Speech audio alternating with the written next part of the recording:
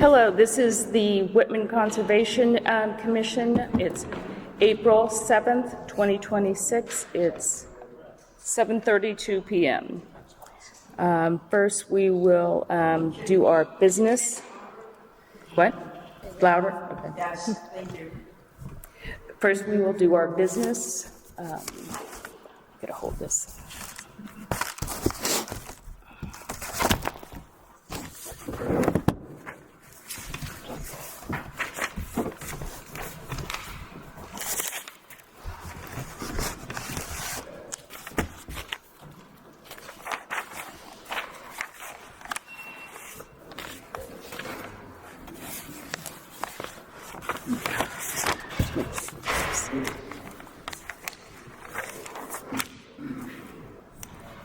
First, we have the minutes from the March 17th meeting.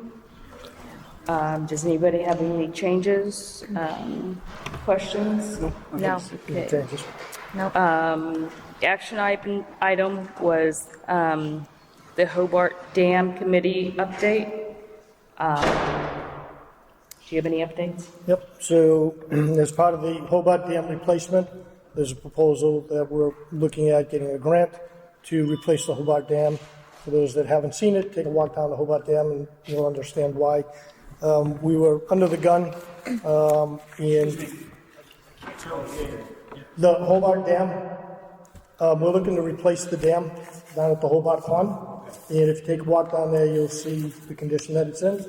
So we're forming a committee, Hobart Dam Replacement Committee.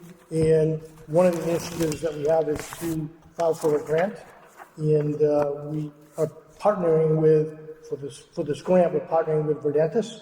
And we have 1 week to get the grant developed and submitted. And that grant was submitted, and it's for engineering, inspection, and design work. So we're not close to even replacing it yet. There's a lot of work that this committee will be working on over the next year. But and hopefully it'll go well, and hopefully we'll know in July if we get awarded, and then we'll just take it one step, as we go in the process.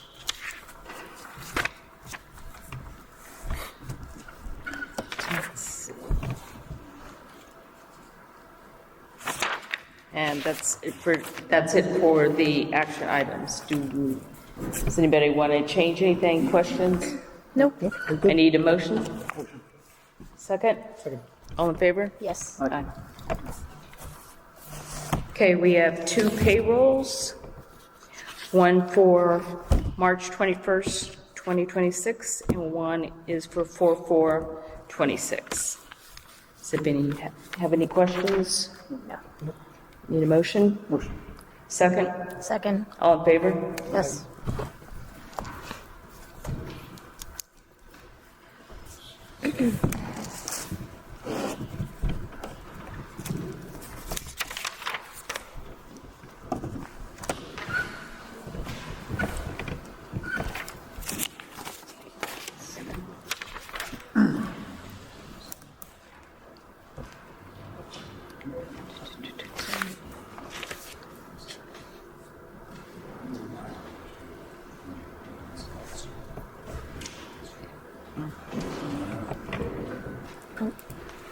Oh. Thank you. Yeah, you need to sign.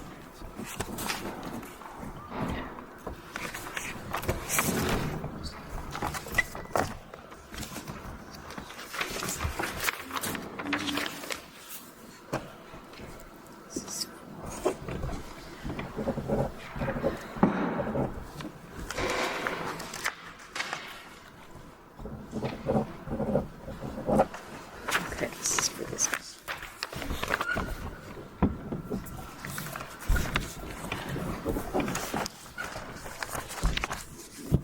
Sorry. It's too short.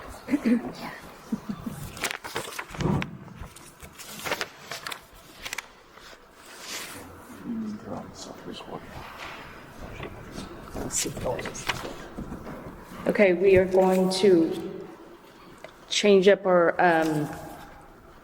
agenda for this evening because the bylaws are going to take more than 15 minutes. So we are going to have the Roseway presentation. Come up. So you need to come up.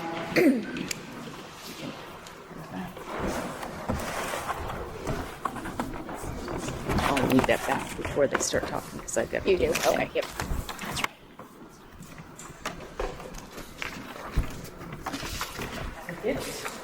Thanks. I have a check for advertising. Yep, I have green cards and what slips. And I have 4 plans, revised. Yep, So thank you. just enough, right? Yep. I had small ones if y'all want the small ones, but No changes to that, right? no changes to that. So when you clean it up? Okay, this is a abbreviated notice of resource delineation. The project is located off Rose Way in Whitman. The applicant is Janelle Rotindo, hopefully, otherwise, Ritter Generations LLC. The representative is Lawrence P. Silva, Silva Engineering Associates, PC.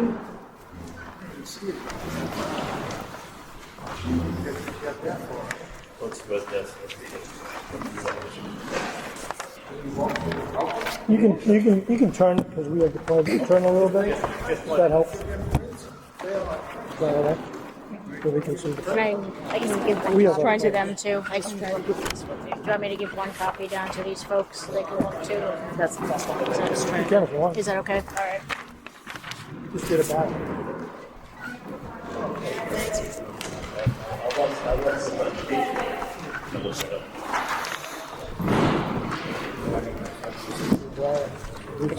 We need to find out from Erica if we got the check or not underneath.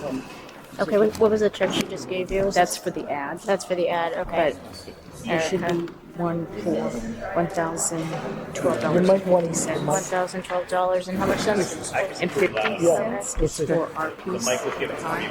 I don't know, I can't remember if, I don't know, yeah.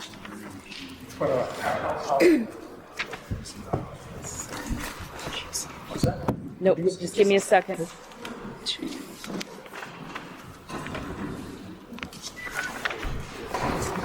There isn't, where's the abutters list?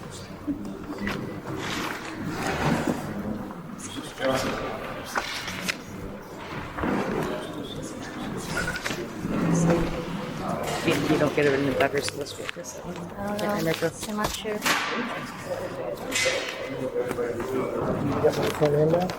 What? You get one front end now? I can't remember. I don't know off the top of my head. I'm just looking through this to see if it's in there. About this? I don't think it's been handwritten. Yeah, I didn't think so. There's not, there's in front of it. Okay, We get notified, but I don't know. okay, okay. It's not actually done.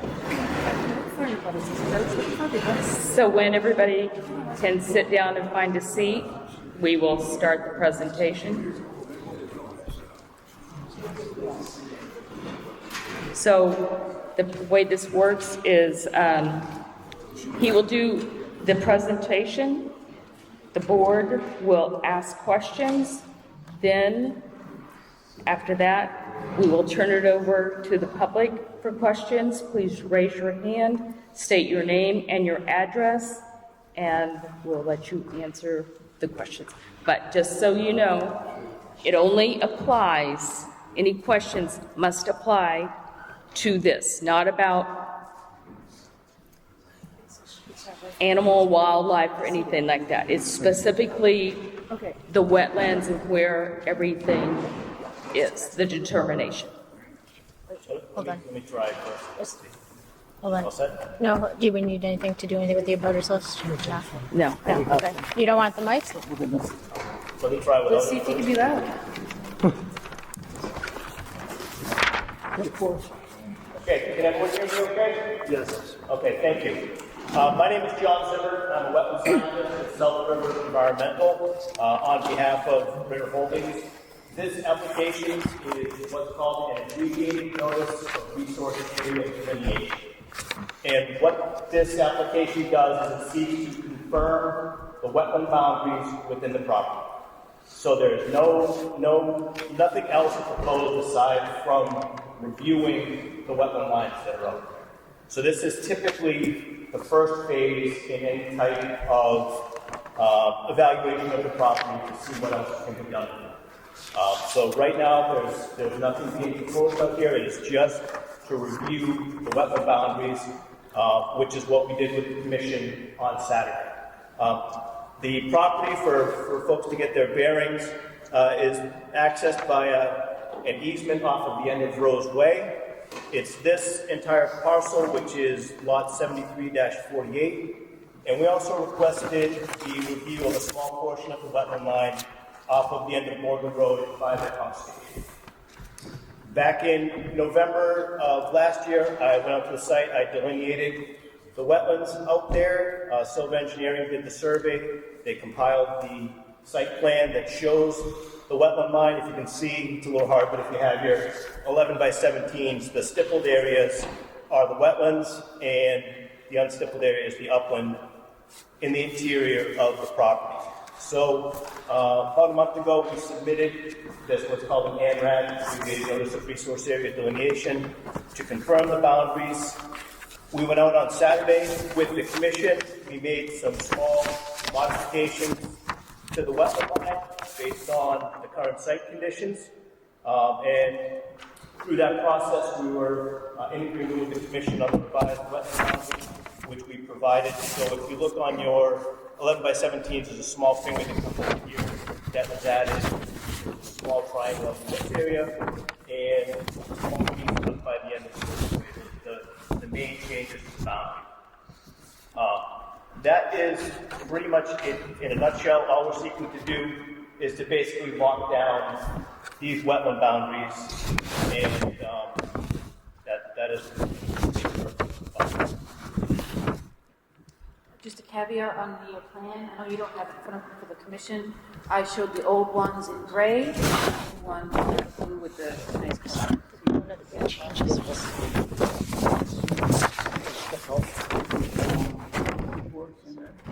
Sure.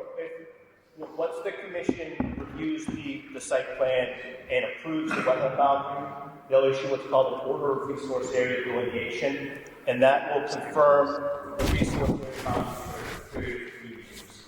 And you can see how that will be helpful in evaluating, any type of activities within the park. We know that those wetland boundaries won't change.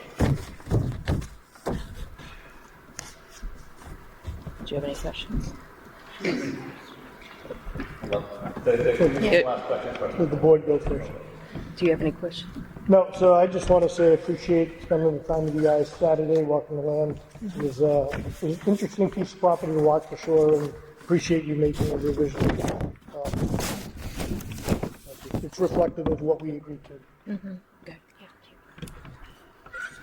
I will now open it up to the floor. So again, keep your questions to the wetlands, and please state your name and your address so we can hear. And Little Snow, 56 Morgan Road. can be our, hold on.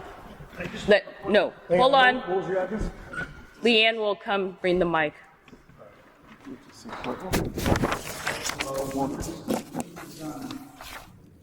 that last year, right? It was very dry last year.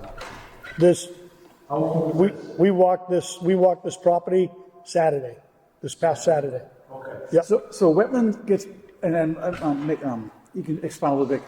Wetland scientists, it doesn't get delineated by the presence of water. It gets delineated by vegetation, soil conditions, hydric soils versus upland soils.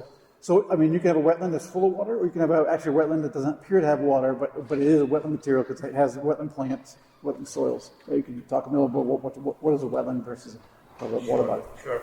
Wetlands under the State Wetlands Protection Act are defined exactly like you said. They need to have 50% or more of dominant plant species that grow in wet conditions, called hydrophytic plants. So there's specific species that are indicative of wetland conditions. They need to have wetland soils present, or hydric soils, and those are created typically by the groundwater getting up high in the ground for a certain period of time. They create certain conditions within the soil that requires a long time for those to develop in this road. And then they need to have hydrology. In this case, the hydrology of the area is driven by groundwater. The Shumatuskaken River is about 1,000 feet away.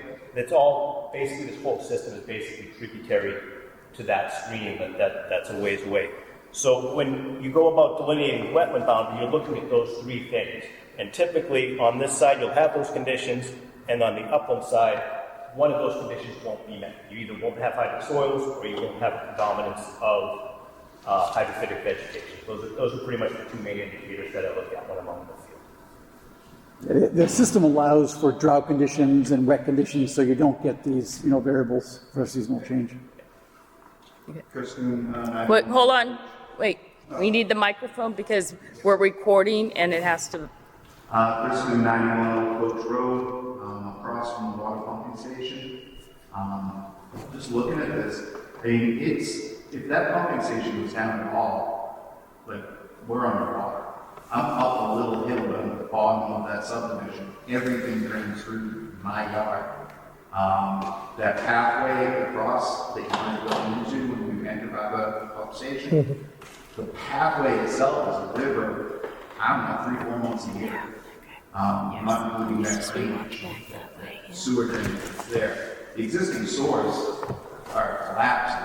I mean, there's sinkholes around the ones on my property. Where's all the water going to go when that's developed? Where does it go? If that gets developed, where does the water actually end up going that now sits in bare meadows? Okay. So what will happen if anything is proposed within the property? There will need to be what's called a notice of intent filed. There will need to be an additional application that shows all of those details. So what this I guess So what the, the notice, Right now, there is no plan for the water because there's nothing proposed in it. It's going to be existing conditions. all this meeting is for is to recognize the wetland boundaries. So what I can say is that if anything is proposed in the future, as a butters, you will be notified. You will have the opportunity to. You will have this same opportunity that you have right now to come in and look. I can't speak to what, if anything, is proposed out there because there is nothing proposed out there. But you will have multiple chances to come in and look at it if and when that I happens. guess one other thing just really quick is the secondary lot, the depth under the 7323. Yep. That's generally underwater as well. I mean, it's not. The wetland boundary is basically right in the city of West. Okay. Yes, so what the process is, tonight, we are just talking about the wetland line. That's it. We're not talking about what could possibly be done. That's a whole nother thing. What that process would be is they would have to file a notice of intent. And before that, they would need to go to the planning board, the zoning board, all the different boards. We're the last stop. So, and when they go to the planning board, they go through all the, what's going to be there, all the whole site and dimensions and everything. We know where it's going, and that's fine. I just want to know where the water is. Well, when they come to us, after they go to all of that, they come to us with a notice of intent. You will get notified. There will be. Hypothetically, if it's a giant subdivision, where does the water go? Hypothetically, if that was.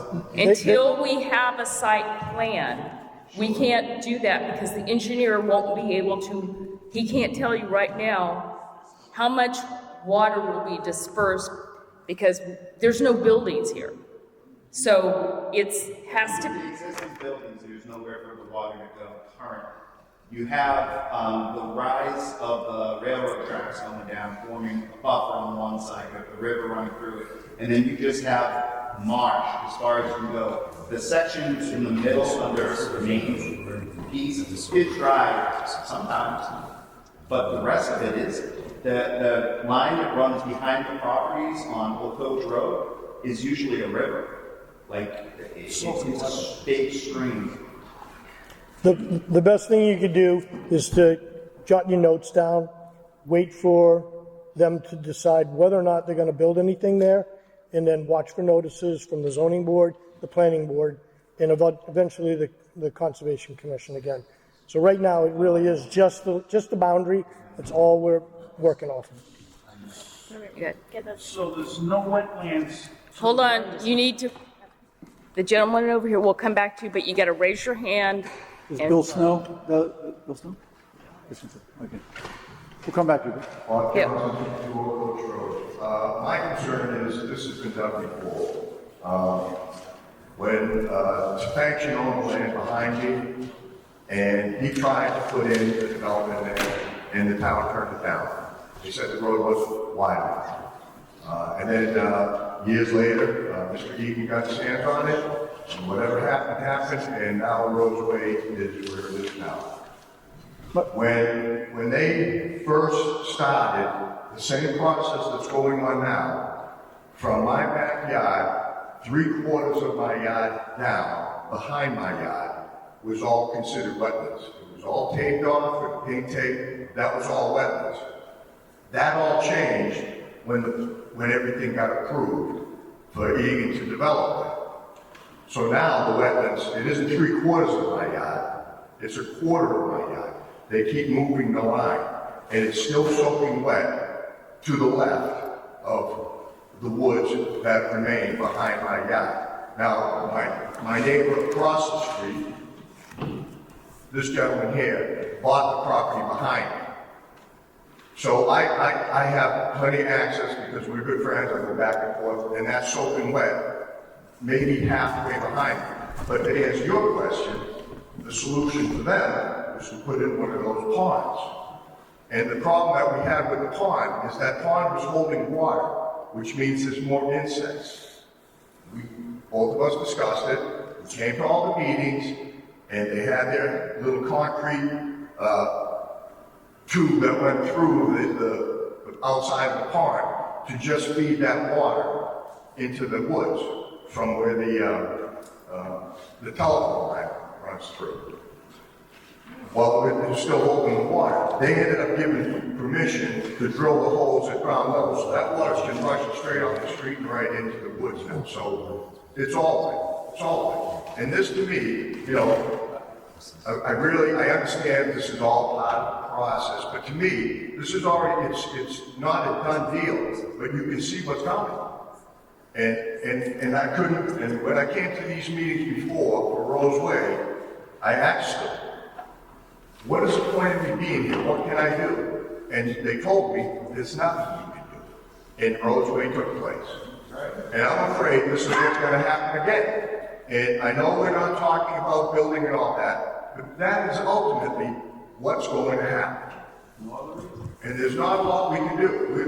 Most of these folks have been on those roads for years, and it's been nothing but woodlands. Wonderful.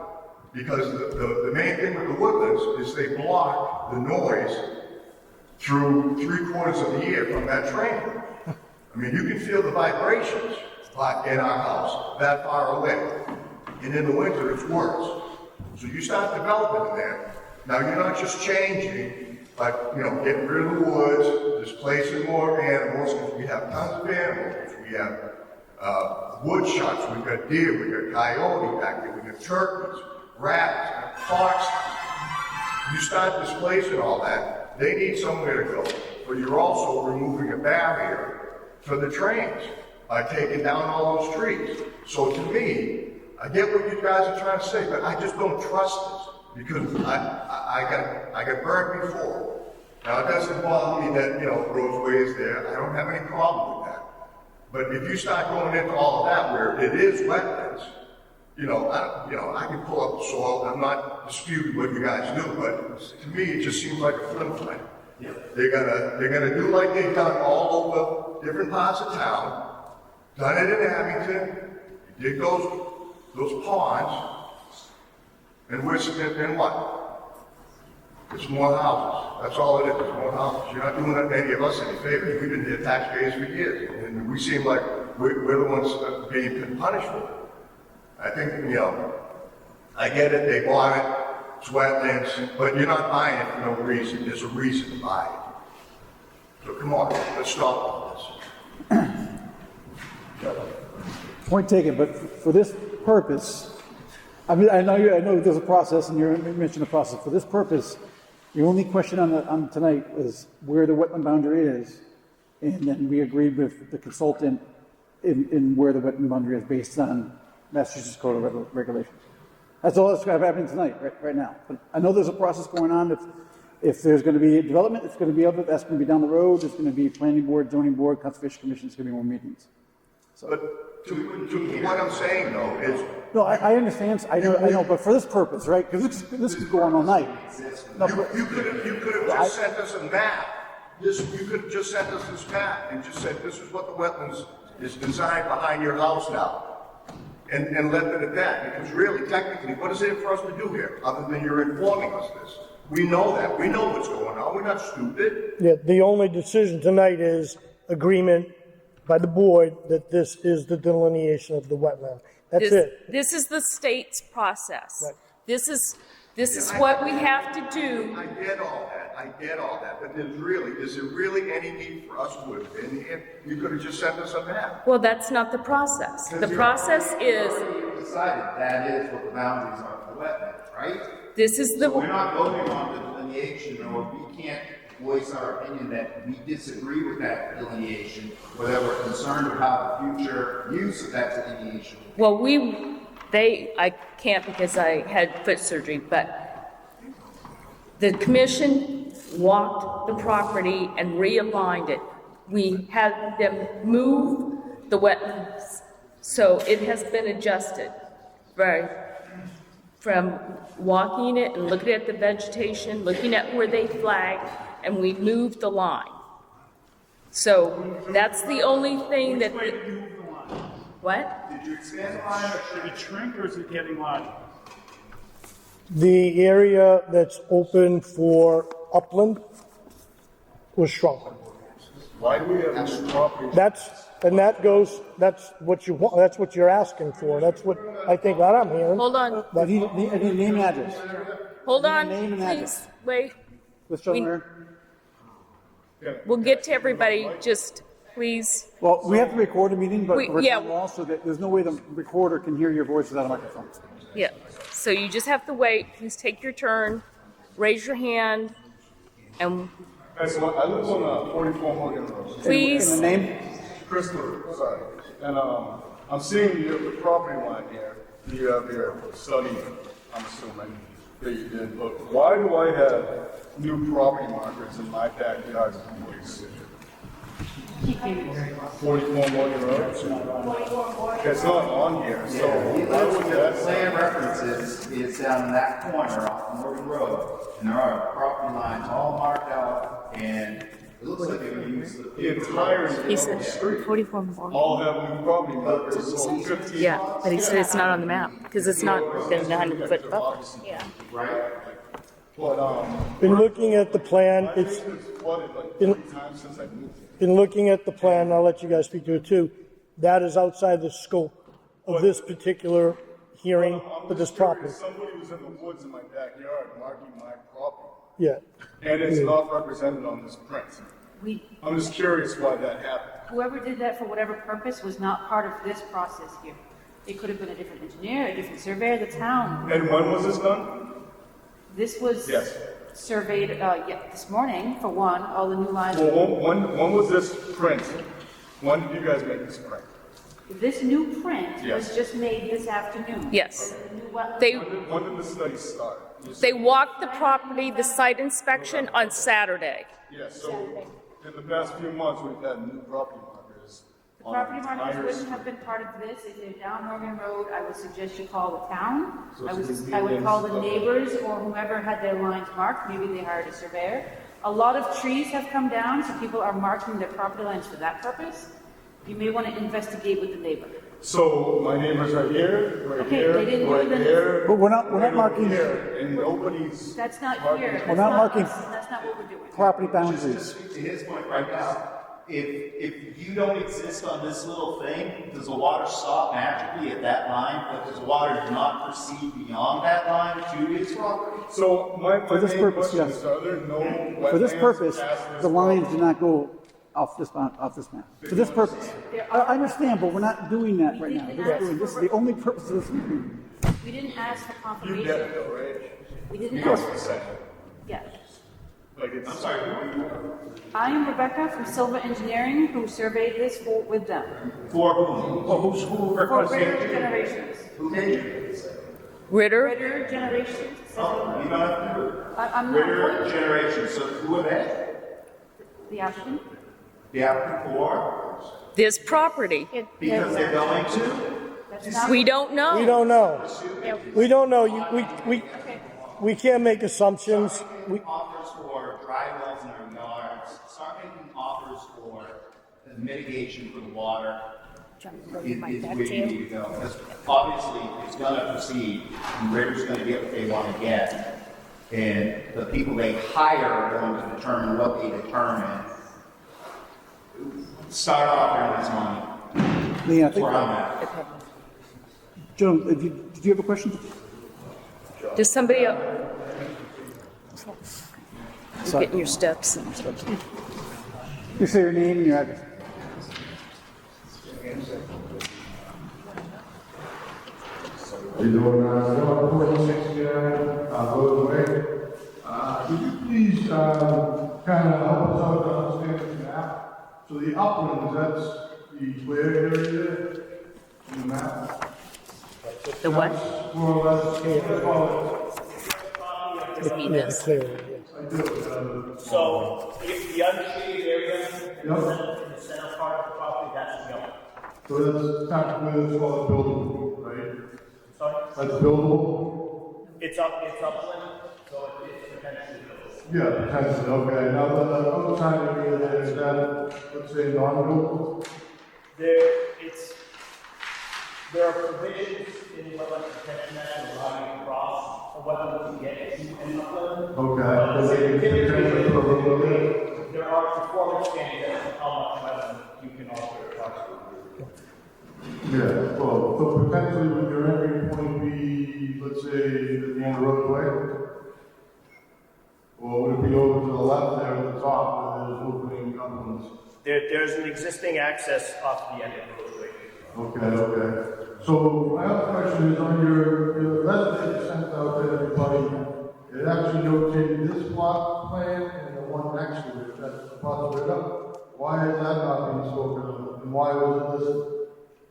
It is being spoken to, but we're only requesting that a small portion of the wetland within that property be referred to this application. Where it says it's lot 7323 there? Right, so where it says lot 73-23, we're only asking for confirmation of the flags, what would be flag 841.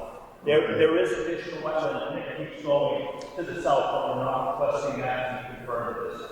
All right. I think that's it for me. Hypothetically, Sir, address, Name and address? I said it once, I can say it again. Yes. Yes. Bob Johnson, 2 Oak Ridge Road. Thank you. Hypothetically, I know we're talking wetlands. What are we looking at putting there? If you're talking an access through the Rose Way, you're increasing the traffic on the Rose Way, which is tiny, there are a ton of kids in the street. How many houses? At this point, nothing has been determined. This is why we're here looking at. So you must have some idea. No. Okay. This. Sir, that, Excuse me. we're just going round and round. We don't have any information about that. Going round and round. Okay. Because years ago, like I said, when Tefangtion wanted to build and the town turned him down, he said, if you let me build, I will donate all that land to the town. And we blew it. We blew it then. I understand, but But tonight's meeting has nothing to do. Okay. That's again. Just one quick question, what's the What is your name, sir? the acreage of the upland area, the larger portion? Name again. Name again. Chris Boone, 91 Coach Road. Thank you. What's that acreage of that plot? I think it's the non-wetland delineated area. contiguous upland is already is 8 acres. 8.3. 8.3? Are there any more questions?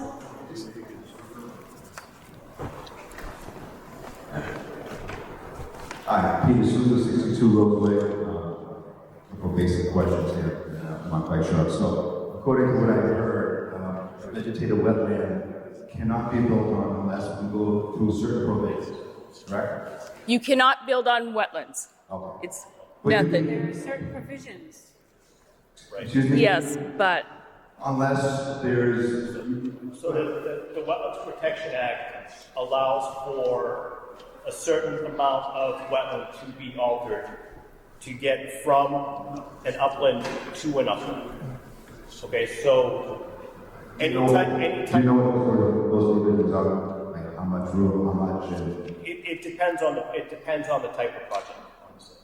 And if it's a roadway, there's what's called a limited project provision, which allows you to access an upland area within a singular property through a wetland. Typically, for standard projects, the amount of wetland alteration is limited to 5,000 square feet, unless it is one of those types of limited projects. Oh, okay, so with your experience, how does that pertain to this right now? From Roseway over through that vegetated wetland over, continuing to the upland area?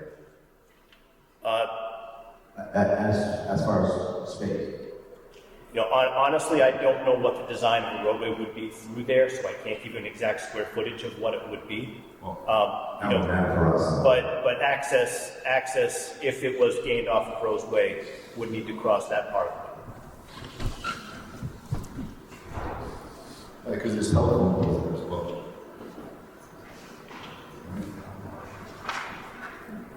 does anybody else have any questions? Patricia Gleason, 20 Roseway. Question I have is at the end of the cul-de-sac on Roseway, it's quite a hill getting down into the wetlands because the land had been raised up to be able to get our septics, to put the houses in to be able to take the toilet stuff up to the main road. So now you're going to have a very steep incline going across the wetlands. Is there any problem with that?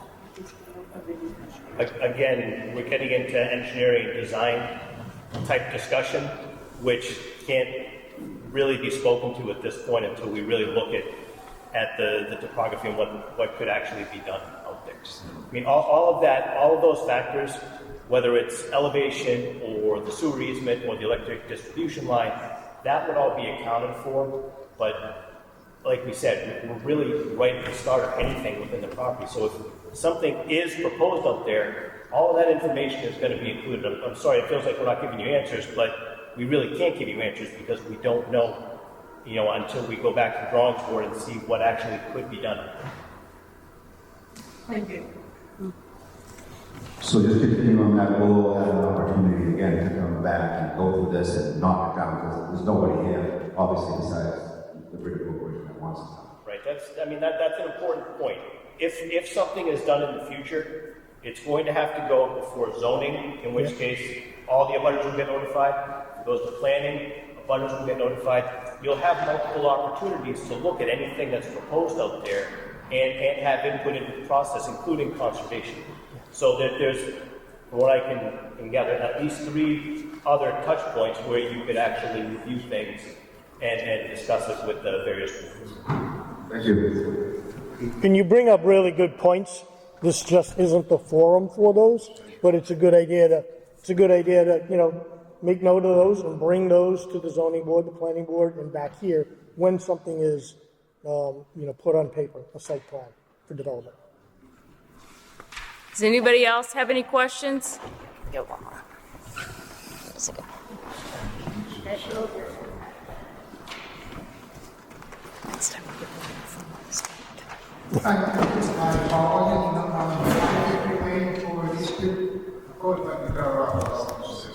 name is Marty Colligan, and I own 5 Victory Lane, East Bridgewater. My land, part of it is in Whitman, Now, is this part of this wetland, is any of it in East Bridgewater? Yeah, okay. Now, is this, the wetland that you got marked out, is this only her property? This is only the In part. other words, my land, okay, my land is wetlands too, okay? I'm at the very corner of Old Post Road and Northern Road, okay? And my understanding was access years ago to that road. The person who owns that property had bought a piece of property to get access to it. And then also she has another access off the Castle Road to get into this property. So there's an option, you know, for wetlands. Okay, all right, so because my lot right now, taxes I pay for unbuildable lot. Because I don't have access to my land. Because of that, because of my Old Post Road and Morgan Road, there's a person there right in the corner. That used to be the access. I don't know how many years ago, I spoke to the owner, and he said that he had purchased it, and that stopped the access to get into this lot. You mean Countryway? You mean Countryway? Right in the corner. It's an old quote, yeah. It's Countryway. Sorry.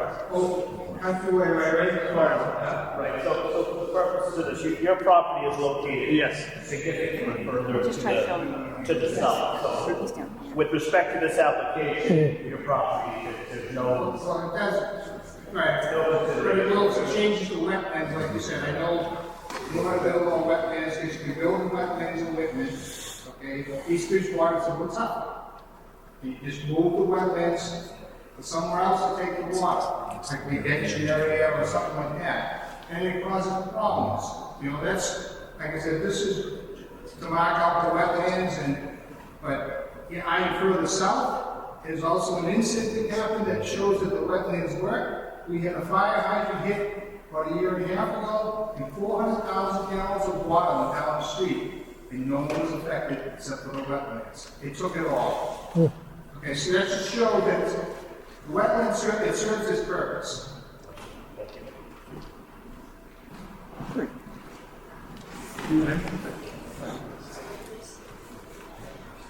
Chris LaRue, 44 Morgan Road. So I was just, it might be a little off topic, but we're talking about the wetlands here on the property line you have on the drawings. I'm just curious, just so I have an answer when I get home. Why do we have new property markers in our backyards? If you guys didn't study that, it's just like an odd coincidence. The new property. So part of this process, they're only marking wetlands. They do not mark property boundaries, they don't mark property corners, they don't mark What are the lines. new tags in the woods behind us in this neighborhood? If they're pink flags, They're wetlands. they're wetlands. The pink flags are wetlands, and they have writing on them. Why isn't that represented on here? They have writing on them that corresponds to this. the WFB. It's not on your map. It's not represented. I see I'm looking. It could be someone else in this project. Be somebody else. Right, to answer that question, I did delineate other areas in the general vicinity.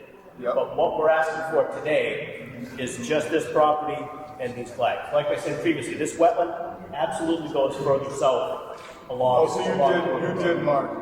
I marked the wetlands on that side, but we're not asking. It was like 10 minutes ago. You said that You said so I just- property. No, sir, property lines we didn't do. If it's pink flags and trees, it's a wetland boundary. Okay. So if This they're, won't have. in the these future, wetlands don't affect- if they want to bring those in, they need to do this process again. This is So the, they- is the only we're proving. just in case they do at some point develop this land, these wetlands or the highland don't have, or uplands, whatever you call them, they won't affect the wetlands a quarter mile away, not even. Part of whatever study they're doing, they're going to have to account for all the waters that they generate on their site. So they might engineer something. I don't know. We don't know what's going to happen, if anything. Okay. All right. Thank you, though. Thank you. Mark Stewart, 64 Morgan Road. My question was basically this question. Because we saw the wetland markers that go down through, I'm the second from the last steps on Morgan Road, before you get Countryway, and not on your map you drew. But you did see someone out there, that's why I was asking if we don't see those markers on here. And that's why I'm wondering how they are. That's in Yeah, and just to help clarify, so when we went out, the Conservation Commission, when we went out and walked the markers with them, we only walked the ones that are on the plan. We did not go at any other location. So those ones you're speaking about, we did not look at those, the Conservation. Is there a secondary plan? If they decide to include those wetlands, they've got to go back through the process. We'll go out and do a walk again and make. Also considered Whitman, is that how far back? We didn't walk. I don't know where they are, so I'm not sure. They would know. Not at this time. There's no plan for those at this moment. Yeah, sorry. I know. There's no plan for identifying those at this moment. This was a 2-hour walk with them. Yeah. I can't imagine how. No offense, I don't care. I'm not saying about Yeah. for yourself. I understand what you're saying. I'm not upset. We're I'm not- trying to get to my question, which is, there are wetland markers down further south off of this. And we're just trying to rely on those for free. That's all I'm asking is, why were those marked if they're not on that plan? Because at this time, we're not asking for anything within the properties further south along the road. All we're looking at right now is this property. In the future, if we want to go through the same process, we'll come back again and do it again. I understand. I have a question about this green easement. Name and address, please. Sorry. So, 6 Warren Road, this part that's on the other side of the green easement, is that wetlands too? Or is it just because it's not in the, It's a significant other path for your easement. But for your information, yes. it is? I have 2 questions. So, off of his question, I know that it's not marked and you didn't add it on to the prints here, but you got, it's just conveniently, it looks like it's the, what do you call it, uplands, it's not the wetlands.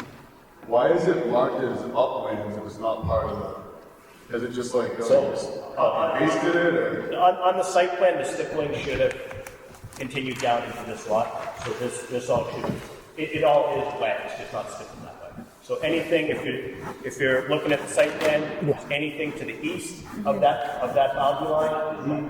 Okay. So this is just it's just there for no reason. It's there for no reason. Like you know the upland portion of it where it's not wetlands. Like Right, so this area here is not upland. Okay, but it's the same as the upland. So kind of. I know, okay. it is, yeah, it should have been. Okay. And you said that it was a 2-hour walk. You guys got all this information in 2 hours. Yes. When we reviewed it on Saturday, yes. Oh, okay. All right. Okay, I'm awesome. Any other questions? Okay.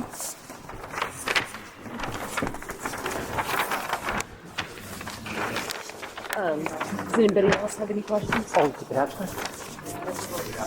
That's good. Yeah. It was a good point. It is. So, yeah, it's a good point, yeah. Got it. That'll help for the future, too. Yeah. Yeah. So that's all that one. Sure. Okay, so we are going to close the hearing and vote on it, and Just be clear what we're Go voting on. close, yeah. Go close with the mic. so we will close the hearing, and I will send this to certified mail. Hopefully it takes less time than the one I just sent on the 23rd, and it still hasn't arrived. So don't expect it to be. I'm sorry, what was Right. So I have to send either a hand delivered or order of resource area delineation, or I send it certified mail. The last one I sent, not to them, but it was in East Bridgewater. I mailed it on the 23rd, and they still have not gotten it. Today's the April 7th. So I'm just letting them know. Pick it up. We'll pick it up. Okay. We're close enough. Okay, I'll leave it at my house. Just whenever it's ready. Okay. Thank you. Can you ask a quick question? What is a FEMA zone? Flood zone? The flood zone. It's a flood zone? Yeah. Okay. Question, John Cohen, 69 Old Coach, I'm sorry, Coach Way. What is the process to appeal the supposed area of delineation? Or if I wanted to pay for a company to come out and get a second opinion? So so if you go on the state website, for this, it gives you instructions, but when the department action requests, so however we vote, if we vote for it and accepting these lines, there are alternatives. So you can appeal to the state. There is a superseding order of conditions. Actually, two other projects that you can appeal to the state. There's a superseding determinant of applicability, and there's a superseding order of resource delineation, area delineation, which I believe that's what this would be. That's $120 that you would have to file with the state. Okay, that's with what, Department of Environmental Protection? Yep. Yes. Okay. So you would, so the DEP number that you use in this process is 340-0496. That is the DEP number that they issued for this. Excuse me? Is that on this plan? Hold, what, okay. No. What is your question? What was the number? 340-0496. That's identification number with the state for this property. Thank you. Yep. The appeal process, you can go on Mass DEP, you can Google the appeal process for the Wetland Protection Act. It should be laid out pretty easy. Thank you. Yes, if you go online, it's a request for departmental action fee transmission form, is what it's called. You would have to file with the state, and I can't I remember. believe it's a 10-day appeal process. Yeah, it doesn't say on here, 10 days of the closure of this hearing. Yes. Yeah, I think it's business days. Can I ask one more question? On the small map up there in the corner, on the chart. Yeah, there will be. It shows the FEMA zone, right? Correct. And that's a flood zone. How is part of this site in the flood zone and it's not considered flood? It's in the flood zone. The flood zone doesn't preclude you from doing anything. There are more caveats to being able to do something, but it doesn't preclude you from doing it. Right, so the FEMA zone there is the 100-year floodplain. So that's the furthest lateral extent of the water during the 100-year floodplain. So 99.9% of the time, that area doesn't have water. So you can absolutely have upland areas that are within a floodplain. It happens in coastal situations all the time, as well as associated with rivers. So it's just because it's a floodplain doesn't mean it's a wetland. There are performance standards that work within the floodplain that are different than the wetland performance standards, but they're not wetlands. But it shows here, I'm trying to blow it up so I can see it. So it shows here that the wetlands, if you said the pink flags, the wetlands, right? Mm-hmm. So behind the house, it's in the FEMA zone, and you're considering it wetlands on this map. What I'm looking at. They can, FEMA zones can be within wetlands and they can also be within uplands. The FEMA zone here is, and you guys can stop me if you don't want to. No, go ahead. But the FEMA zone A is a floodplain that does not have a base flood elevation. Typically when something floods in a 100-year floodplain, it goes up to a certain elevation, comes up to a certain lateral height. This area here is defined as floodplain, but it does not have a base elevation established. So that's why if you look at the site plan, it's basically a straight line across. In actuality, that floodplain falls upon, but it just hasn't been established by A contour. it follows a particular slope of the land. All right. Yeah, they're mutually exclusive. They don't have to be, flood zone and wetlands don't have to be the same, or they can be, They can. they're apples and oranges a little bit, yes, for different reasons. Okay, one last call for questions.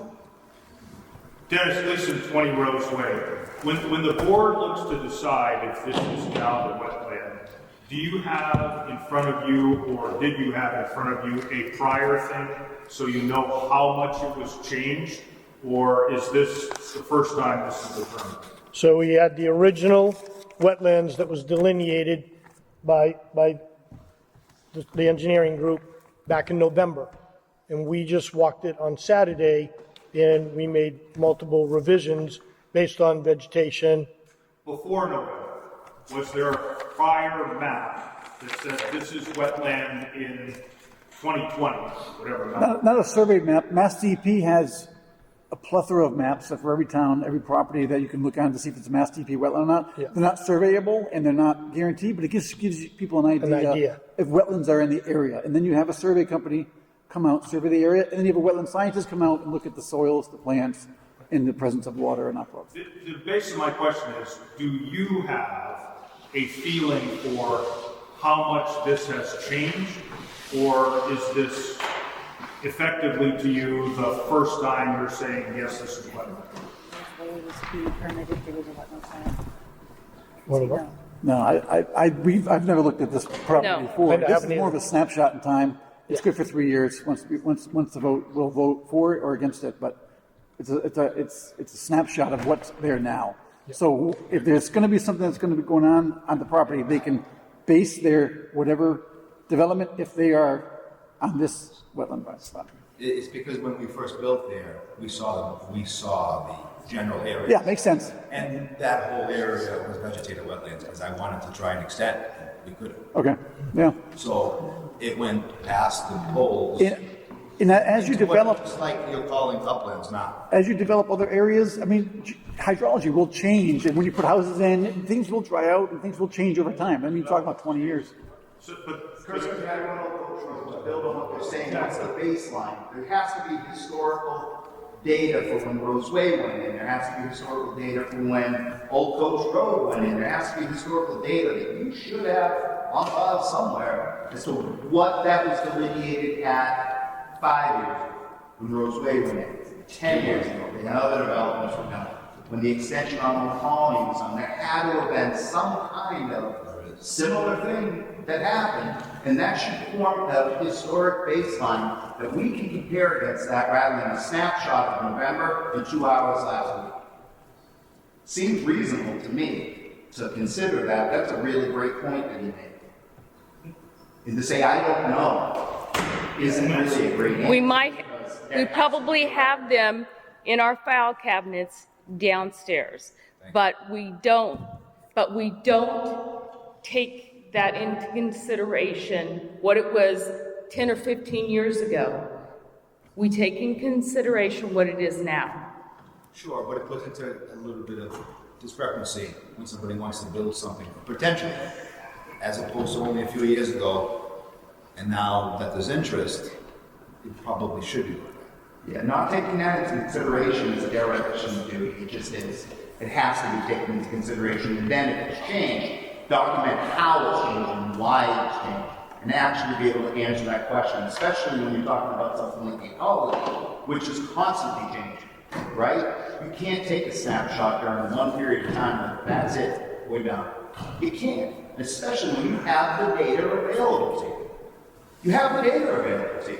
2 hour walk in the woods isn't data. In that area. Amen. It's just not. It's not. You can say all day it is. You can be angry with us because we're just screwing up the rubber stamp that they're about to get. However, you need to answer for that stuff. You really do. And just talk about, we don't know what's going to happen. We know what's going to happen. Well, we can't compare it to past things because who knows? You can know. Stare at me hard. I'm not going to go away. No, I'm listening. the way. We're not gonna support this. We're gonna fight it every step of the way. And no offense to you, you're doing a good job. And God bless you. Honestly, God bless you. You're doing a good job. You're doing that. However, this is unacceptable. It just is. You got 20 acres and you're gonna subdivide into what, quarter-acre lots. How many houses are gonna go into that? And where are the roads gonna come up? Roads gonna come up Rose Way, the road's gonna come up. Again, that is not what we're talking about right now. It is, I mean, I'm telling you, this is, But this is the starting point, and if you don't start it correctly, then you're doing us all a disservice. Correct. And that's where the issue But lies. whatever decision, you guys, as the public, has an appeal process to the state of Massachusetts.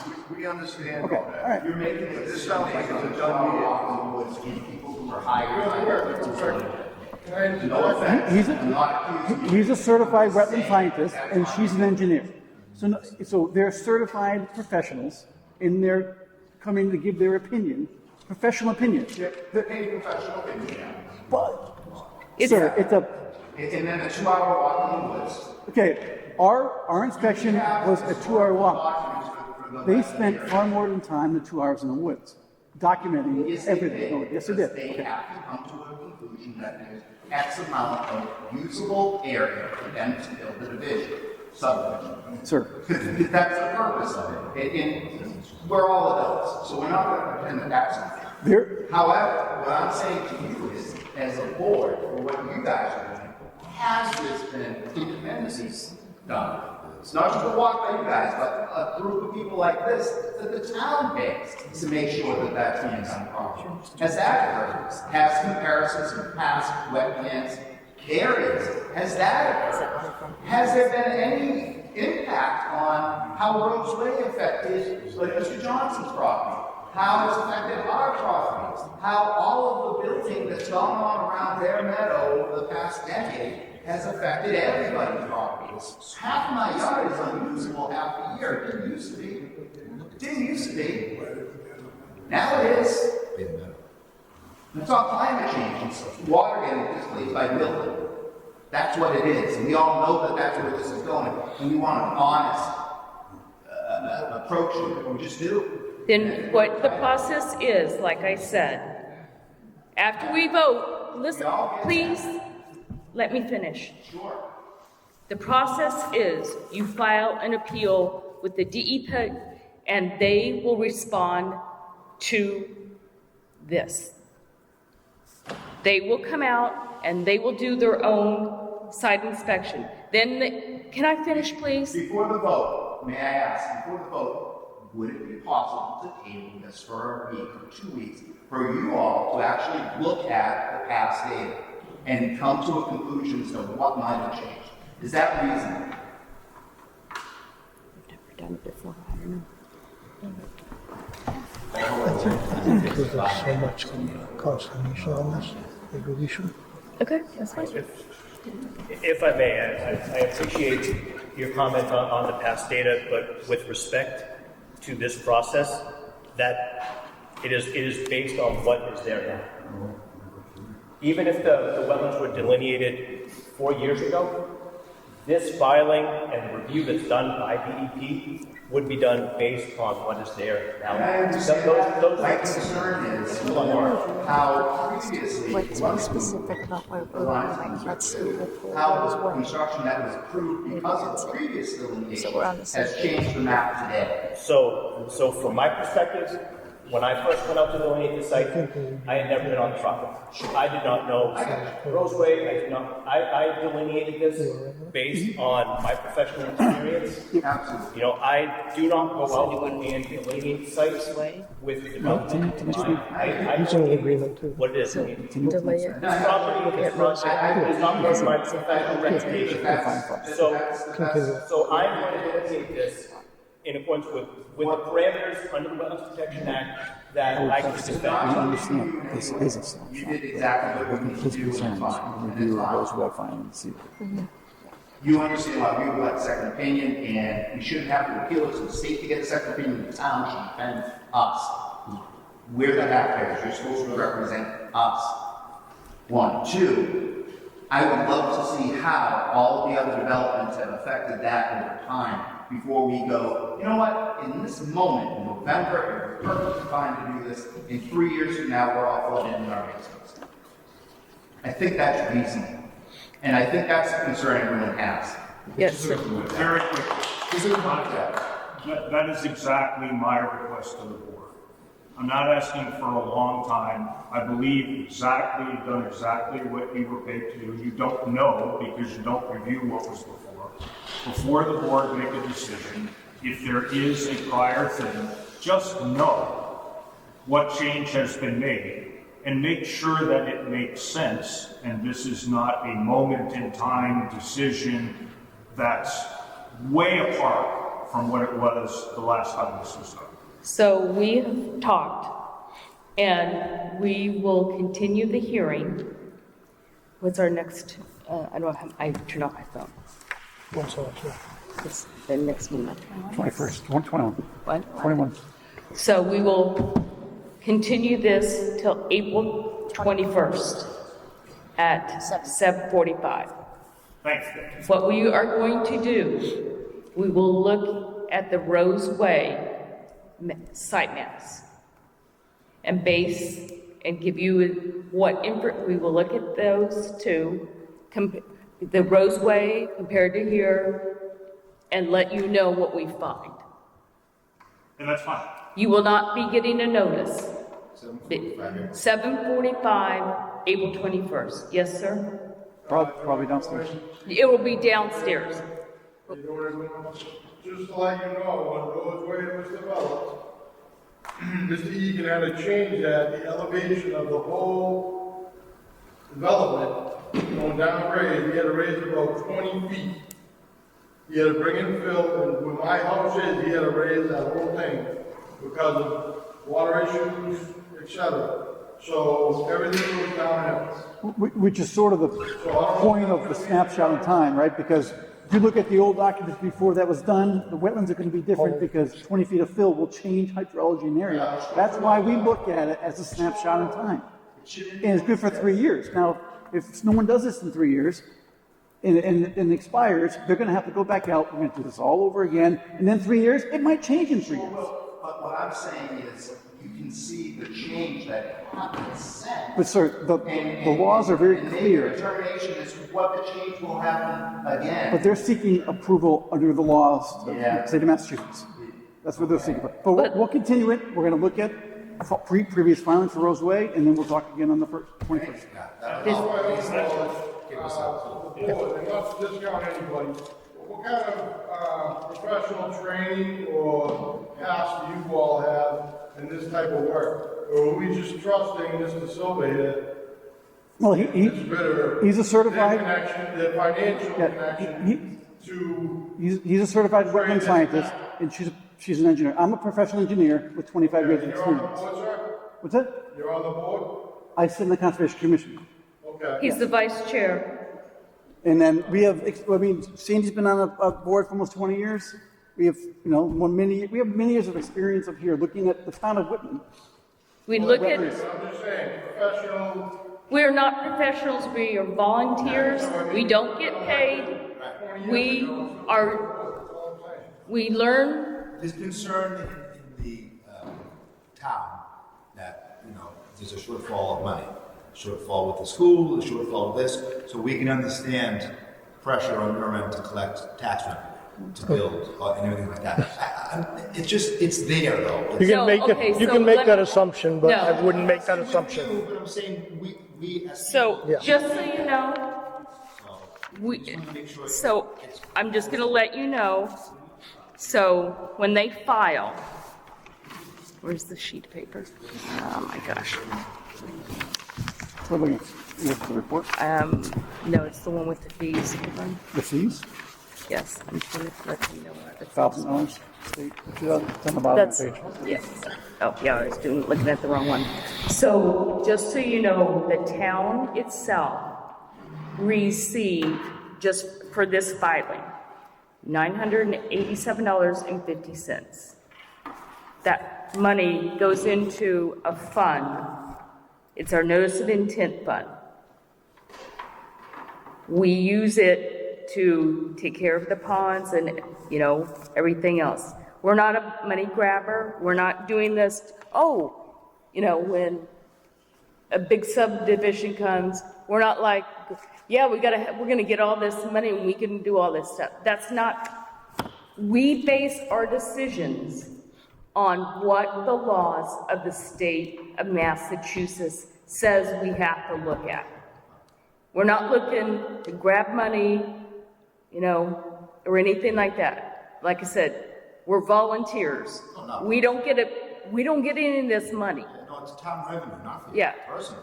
Well, that money that comes to those fees goes into an account with the Conservation Commission. And But everything's built and revenue. yes, and then yes, the taxes benefit the town. But yes, so I can just tell you that that is not an influential factor for this board. no. We do not look ahead. We're not looking at, that's not why we're here. We're listening to your concerns.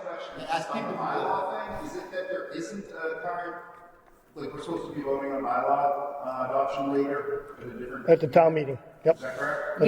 Yes, we're have a presentation after this.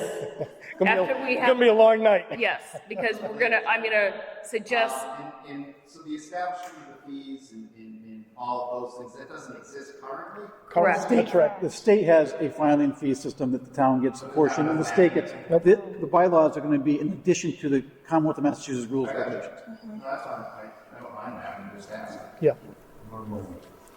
Yes. Okay. Thank you for pulling this together.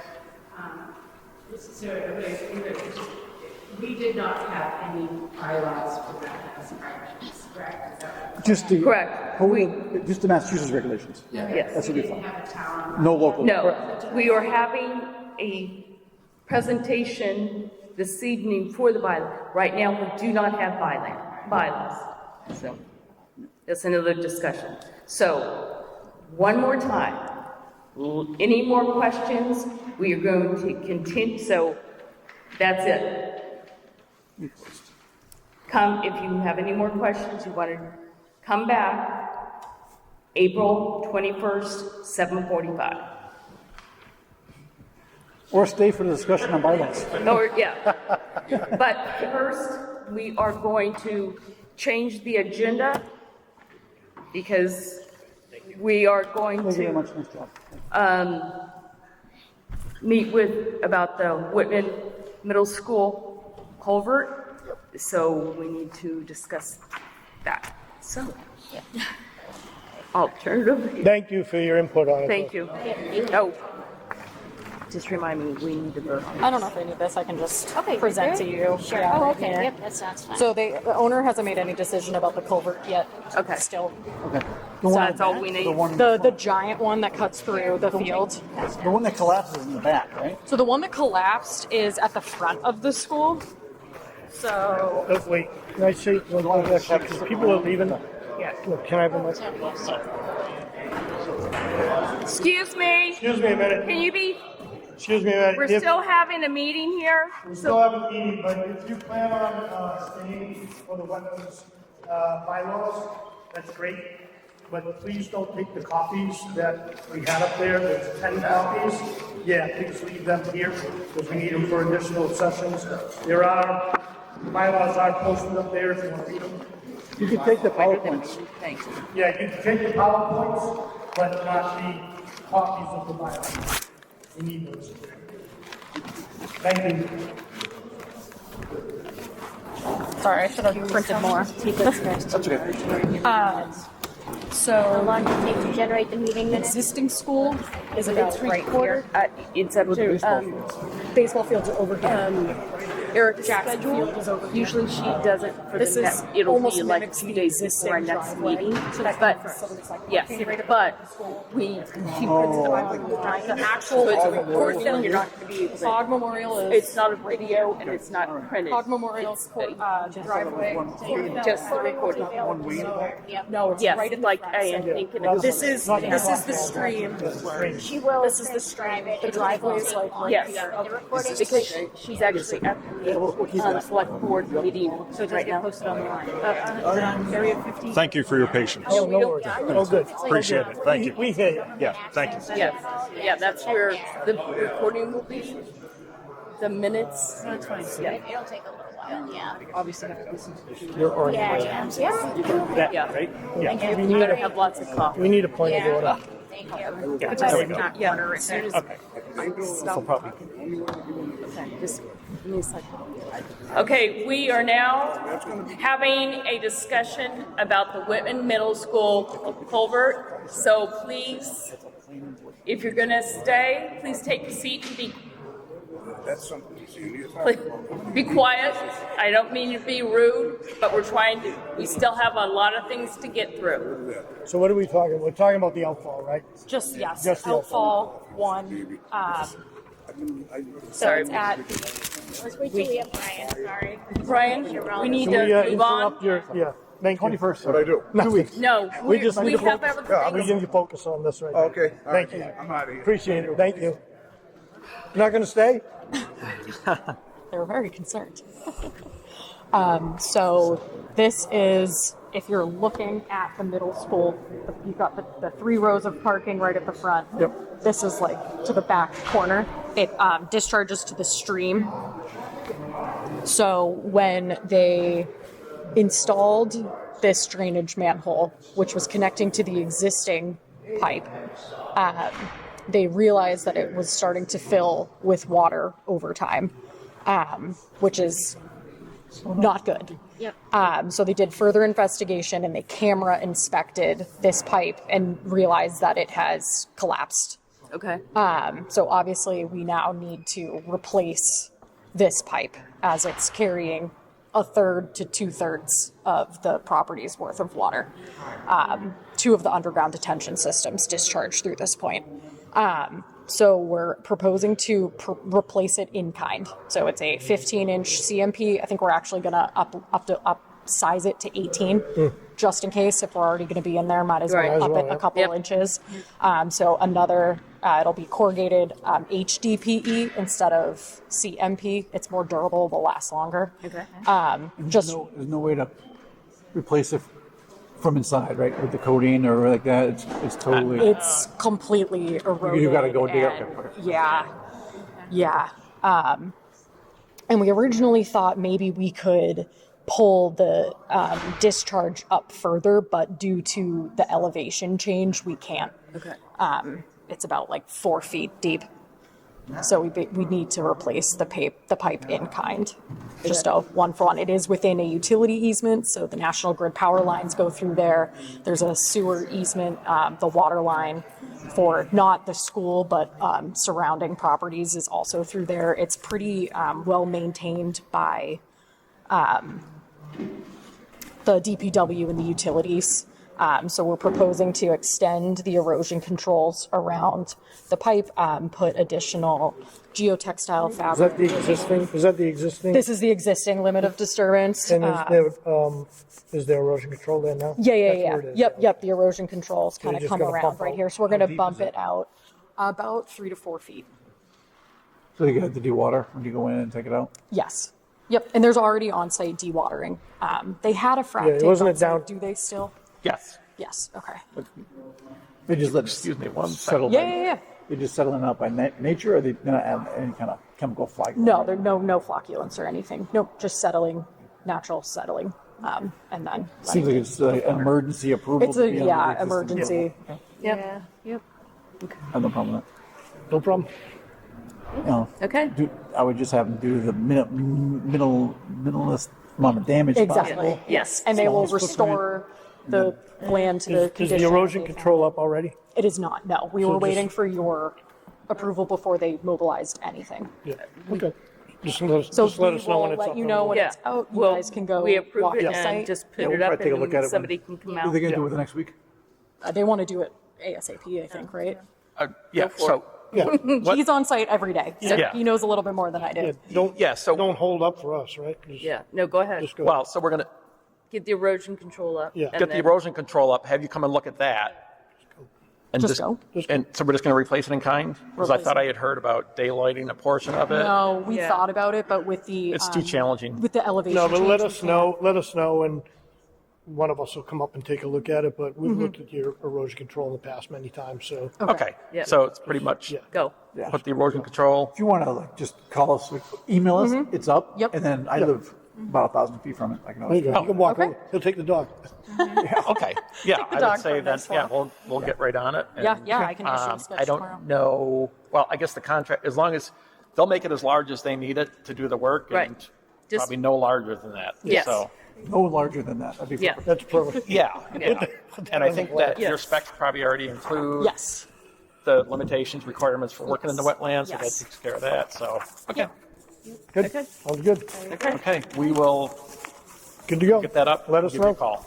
And I did have one more question. In our order of conditions, it says to just alert you if we're going to trim any shrubbery or bushes because they need to replace a fence.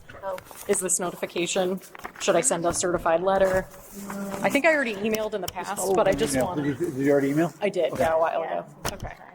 Just email notification, just so we have a record. Yeah. Perfect. I'll email again just so it's like at the top of the inboxes. But yeah, Yes, the contractor yes. just needs to trim the branches to install the fence along the abutters property line. Yep. Yeah. Okay. Good. Okay. All right, Good. thanks so much. Thanks. Thank you. And then, yeah, we'll, Call. when we do get, call, email, when we do get it ready to go. Yeah, just shoot us an email that says the BMPs are installed, and then with a quick, we're going to start working on it on whatever date, and then but don't wait until we hear back from us. Yeah, just. Okay. But just make sure you just email with us a tentative schedule. Sounds great. Thanks so much. Appreciate it. Everybody left now, but thank you for staying. Thanks for squeezing us in. Yeah. Apologize for this. You want to move up here? You want to move up? Well, first let's, Yeah. Do you want to sit right here? They want to okay. special guest seat. You need We need to to- vote on that, right? You said. Yes, so we have to vote on the payment of the ad for this meeting, for the bylaws. So I need a motion. Motion. Second. All in favor? Yes. Come on up, have a seat.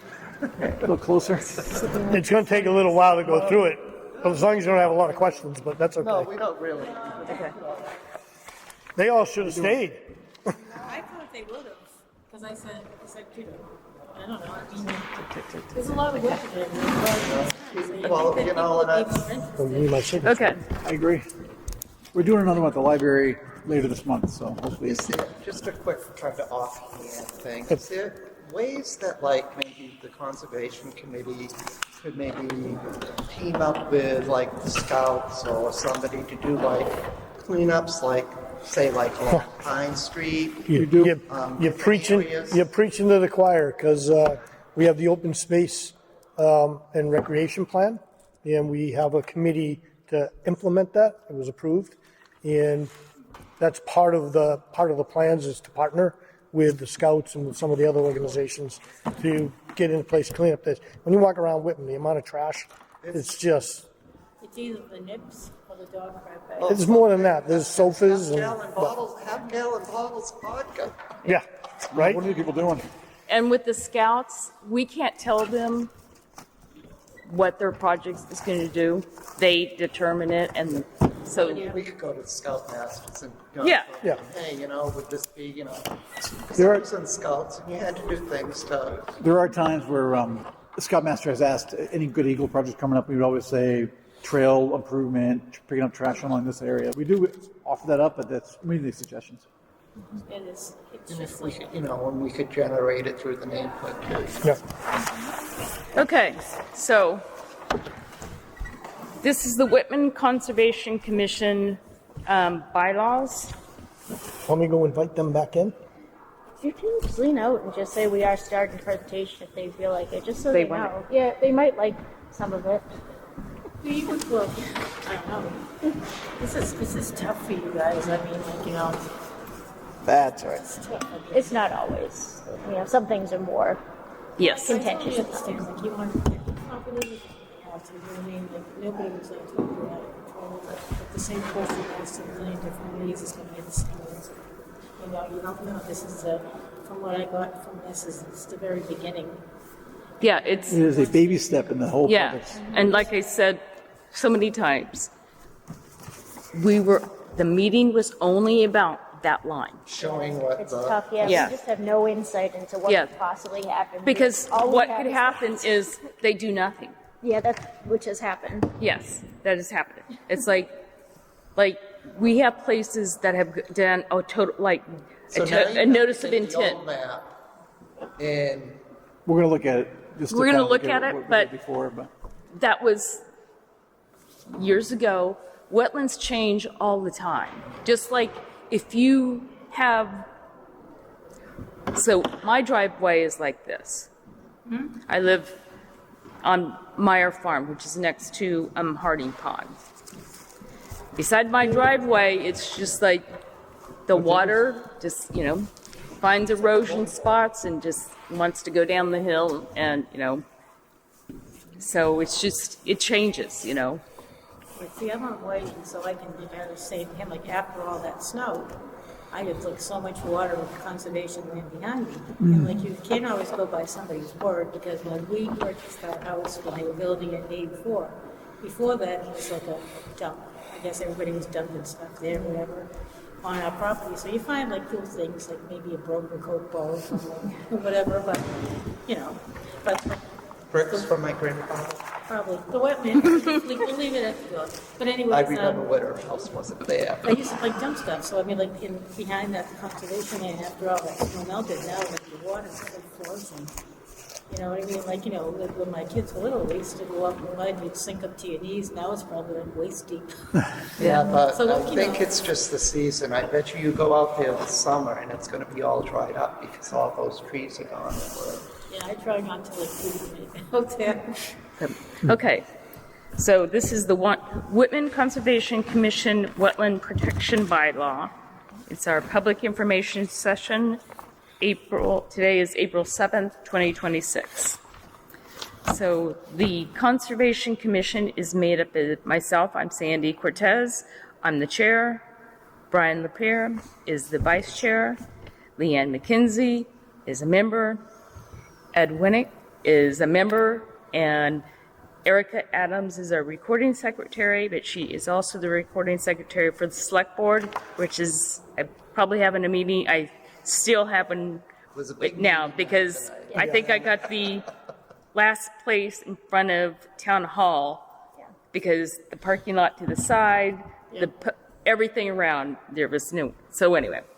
So the responsibilities, promote and the promotion and development of natural resources and protection of watershed resources. We enforce the Massachusetts Wetlands Protection Act at the local level. We review and approve construction site plans affecting the wetlands, like we did previously this evening. Perform site inspections to ensure requirements are met. Manage Hobart and Harding Pond. Manage other conservation land, such as the Flattery Trail. Why we need a wetlands protection bylaw. Currently, we do not have any. Massachusetts Protection Act, MGL, C 13140 and 310 CR 100 regulate the activities for alternating wetlands and a 100-foot buffer zone from a high-level perspective.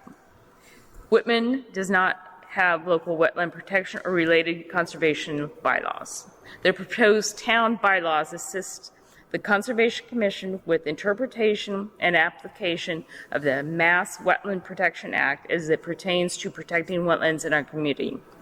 We also provide expectations that it provides expectations the Conservation Commission requires to assist developers, landowners when planning use of land and associated wetlands.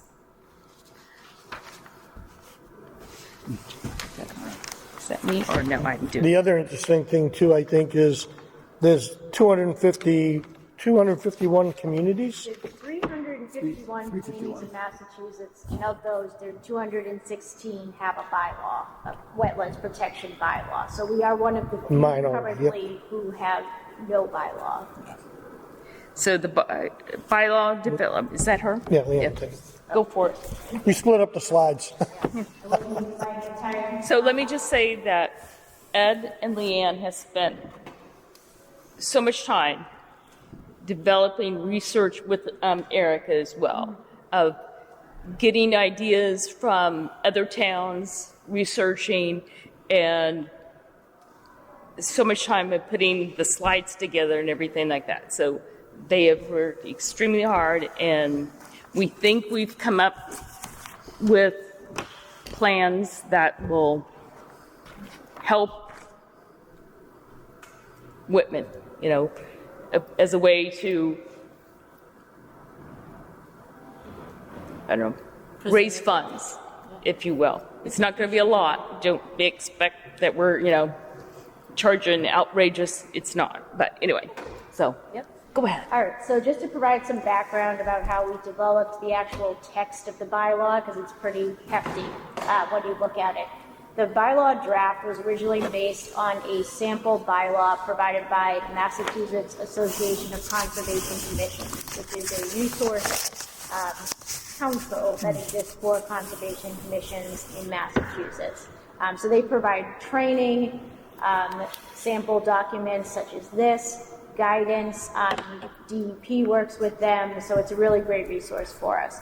So anyway, we took the sample bylaw that is provided by MACC, and we started to look at that and see how it could be applicable to us. We also took a look at the bylaws from the towns near us so that we could make sure we were on par and everything was realistic. So we looked at Hanson, Abington, the Bridgewaters, and so we came up with the draft. We went through the whole thing and wrote it all up.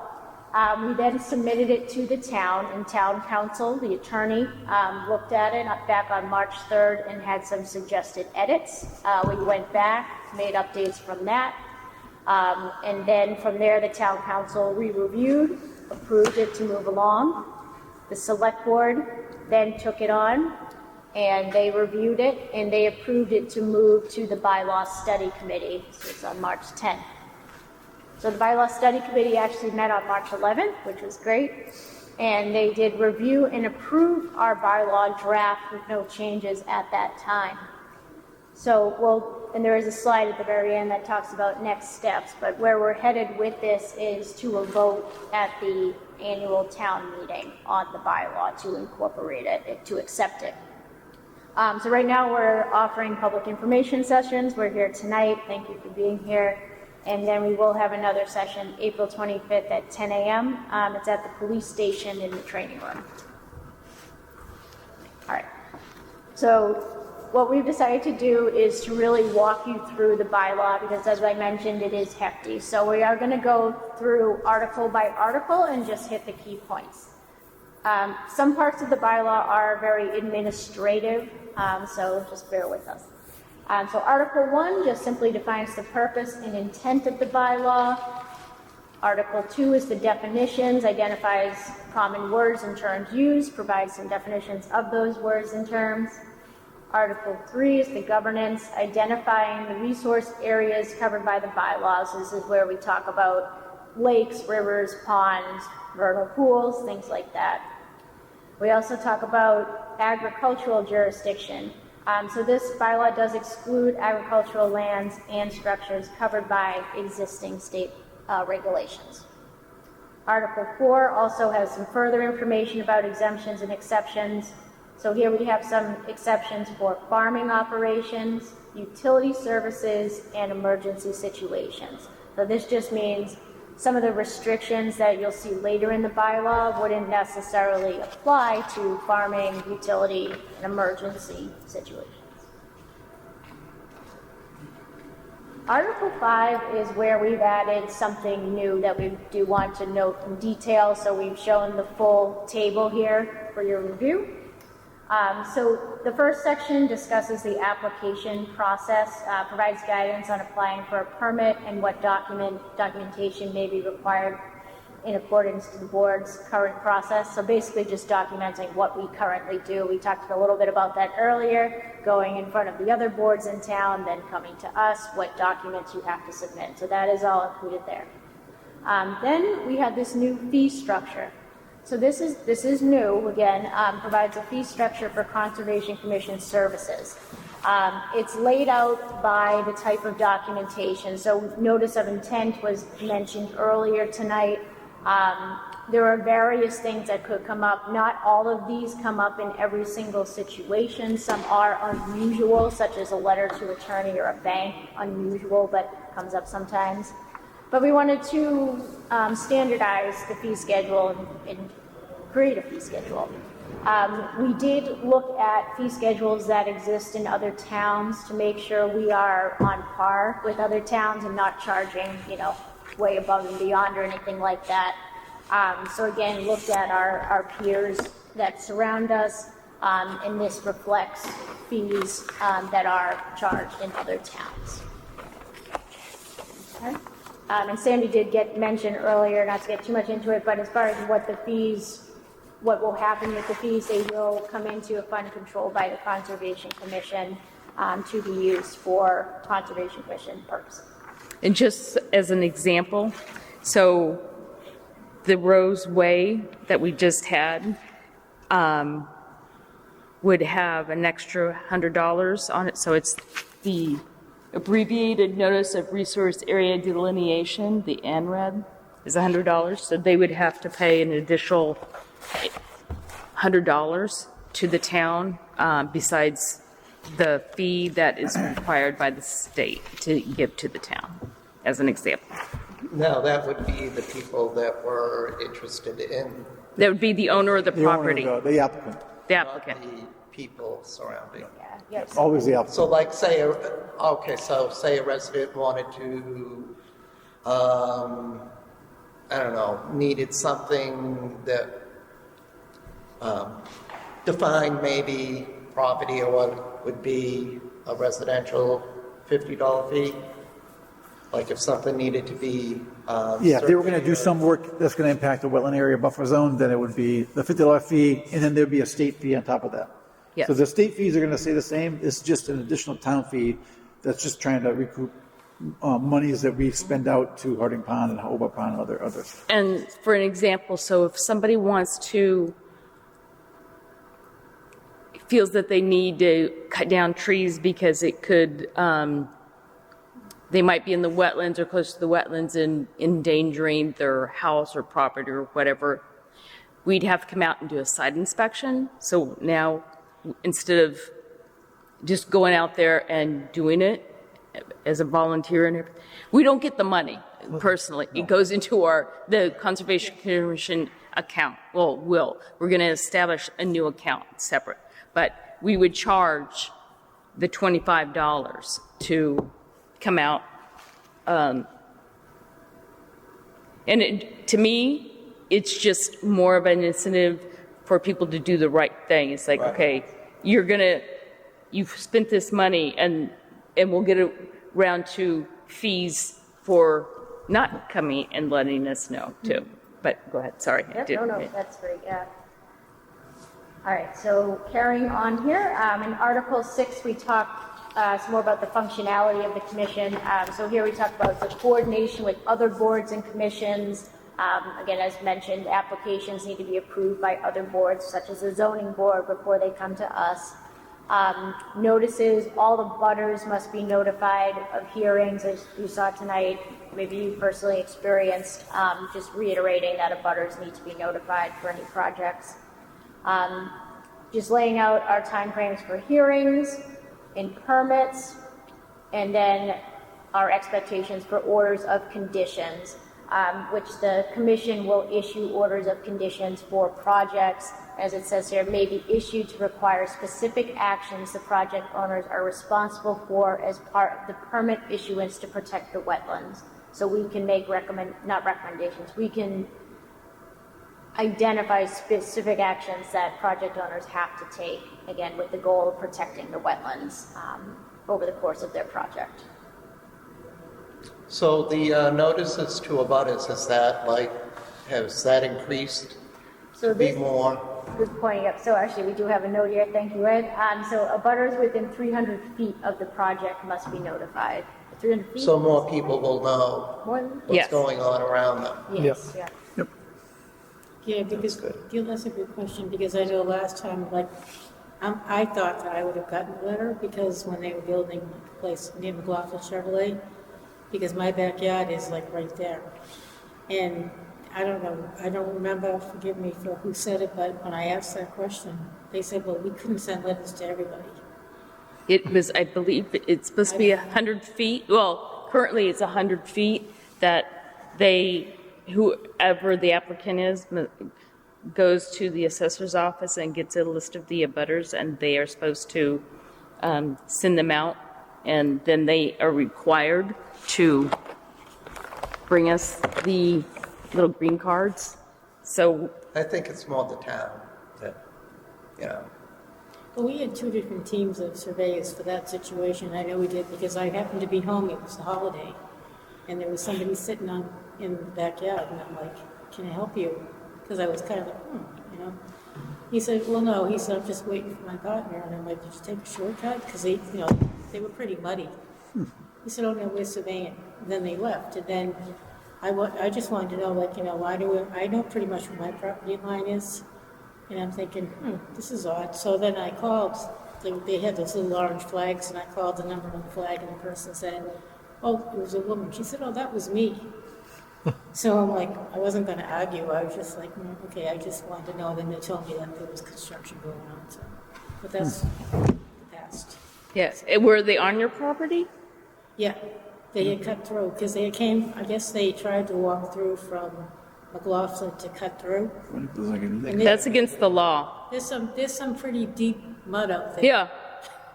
But no, that's No, against they- the law. They cannot come on. They were in the woods. Yeah. Behind our house. Yeah. They can we be didn't know on, they can't come on your property without permission. But so hopefully that doesn't. Yes.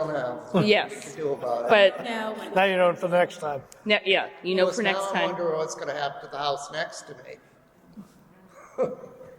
But if you ever see anything going on with them, let us know. Okay, I hate to be that person. No, don't.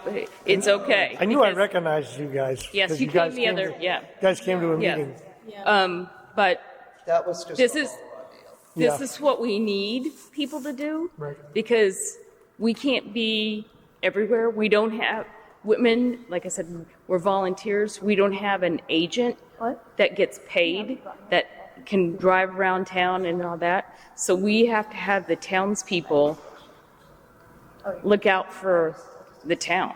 You know. Yeah. So if you see anything with McLaughlin, well, it's not. It's Columbia Auto now. Exactly. Yeah. But if you see anything, It just boggles my mind that happened. I mean, you got the condos right there. They're looking at banged up cars, full parking lot.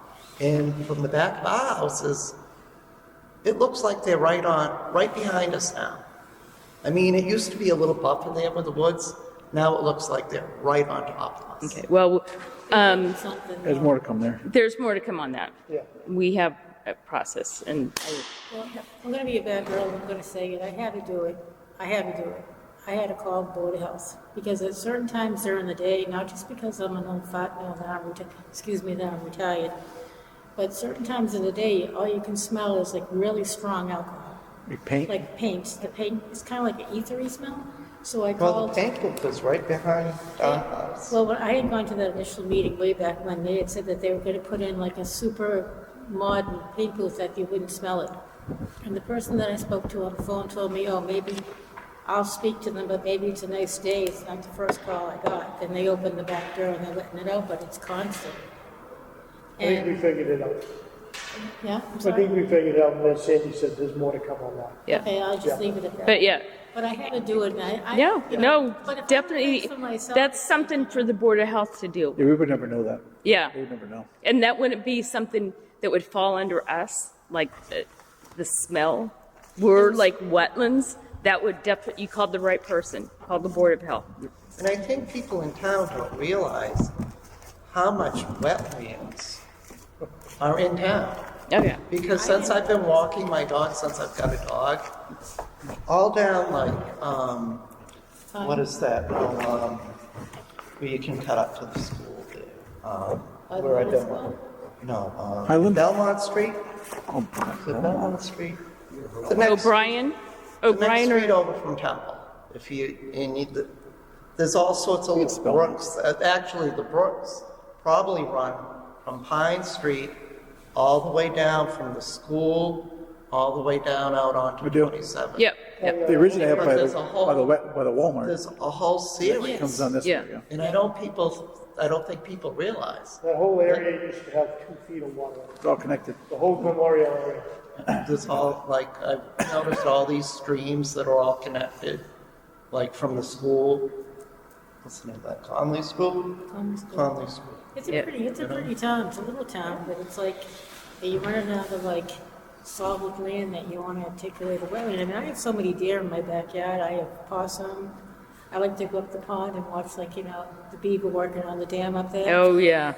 I mean, it's pretty. The foxes are out this time of the year, the rabbits. I I mean, saw the fox yesterday. it's like, it's nice, but I don't know, like, in my concern, the reason why I went to that initial meeting when they were building Columbia was because I have a well, and I wasn't aware that a lot of people up by you apparently have them too.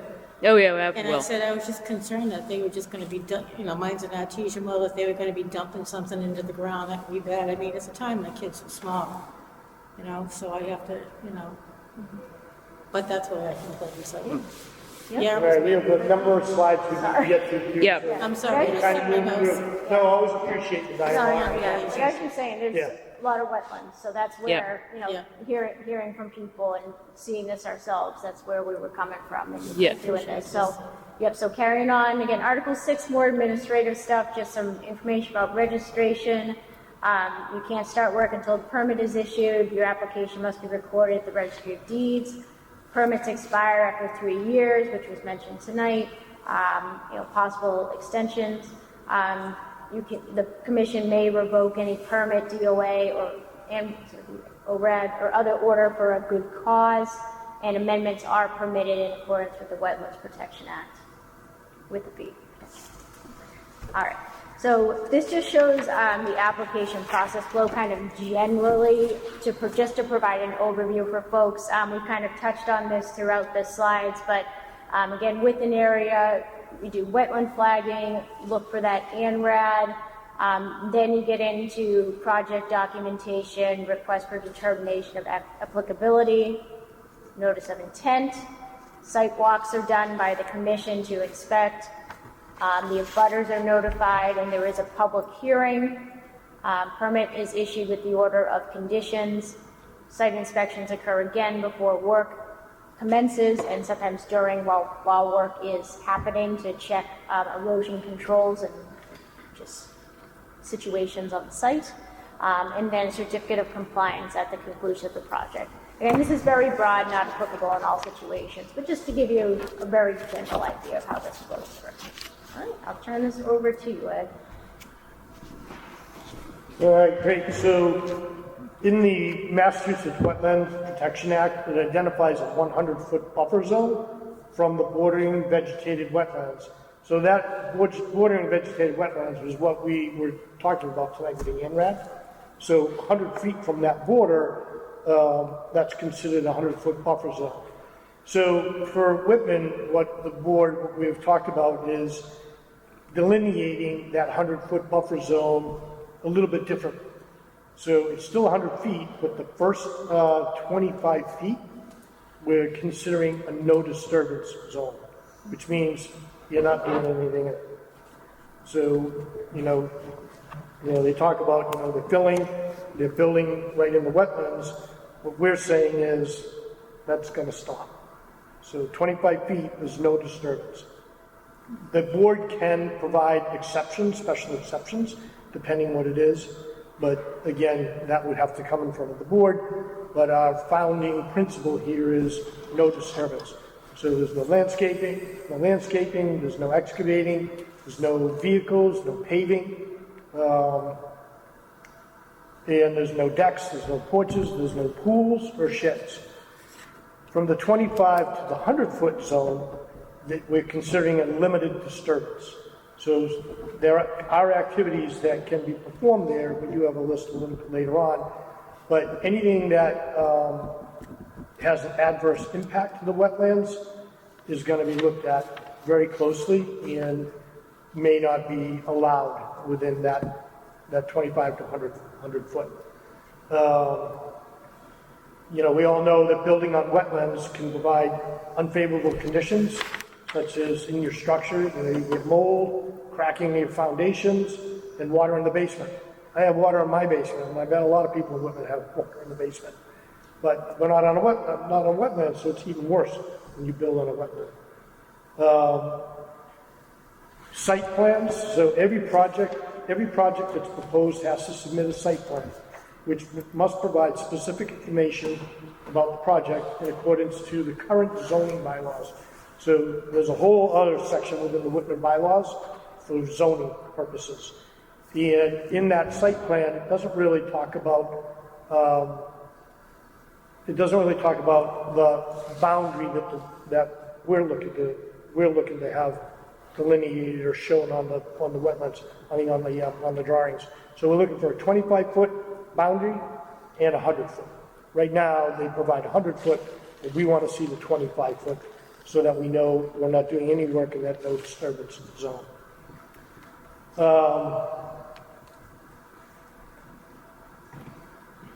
The wildlife habitat, so depending on the project and the location, the Conservation Commission may require habitat studies to be performed to determine whether or not there are any rare plants or rare species, and that cost is covered by the landowner or the applicant.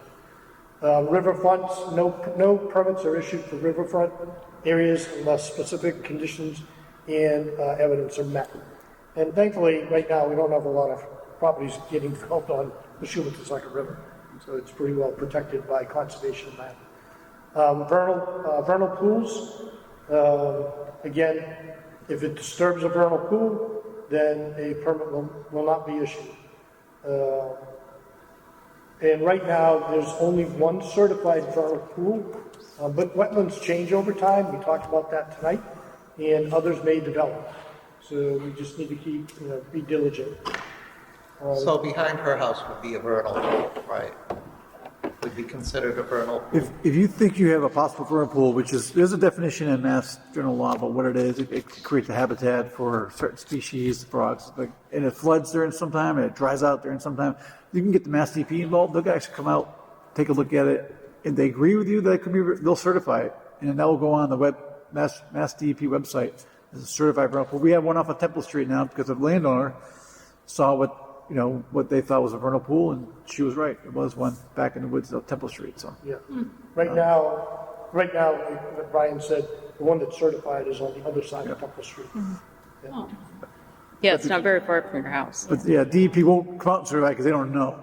Landowners know what they have and go back to their yards. I mean, I only said that because I know, like, my mother said that there used to be Jack in the pulpit that used to grow out there, lady slippers.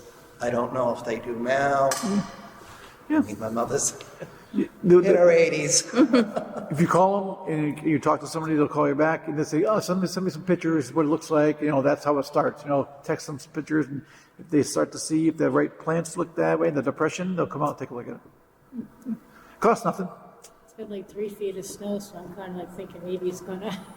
I mean, it's nowhere near like. I know we have more than one in Whitman, but it's just a matter of finding them, documenting them, and certifying them. Yeah. They're neat habitats, and you can protect that area. It's not that necessarily it would be a wetland, but it would be a certified vernal pool. It would be like a wetland that has to have approval to go near it. I suspect there's one on Dewey Street. I'm sure there's more. Yeah, I'm sure there's a lot more. So the next part of Article 7 deals with minor activities that are allowed within a resource area. So the Massachusetts Wetland Protection Act provides examples for the Conservation Commission, and we support that. And the activities that are listed are very consistent with the state listing as well too. So again, that's only in the limited disturbance zone. So the 25 to 100 feet. Yeah, the DEP regulations don't distinguish the 25-foot no disturbance zone. They let minor activities be 0 to 100. We took away the first 25 feet as a town of Whitman, just to kind of protect that 25 feet buffer. Sorry. Oh, good. One of the things that we have done is to help when applicants come in front of the board and they provide a site plan, there may be activities that they're planning on doing in the limited disturbance zone. So to help the Conservation Commission standardize sort of how we go about making decisions and what our expectations are, not only from the board, but also for developers, so they know, and landowners especially, what are the restrictions that the board and the town has adopted for the 25 to 100 foot zone. Here's a listing, and this is in the bylaw, so as developers or landowners are going to look at how they're going to use their land, they can look at this and see whether or not the board is going to agree or disagree. And one of the big ones I think that a lot of people may be a little surprised at is the last one. Pools are not allowed in the buffer zone. There are pools in town that are within the 100-foot buffer zone, but we feel that that's potentially a detrimental activity to the wetlands. So I'm not going to go through each one of these, but give you a minute to take a look at them.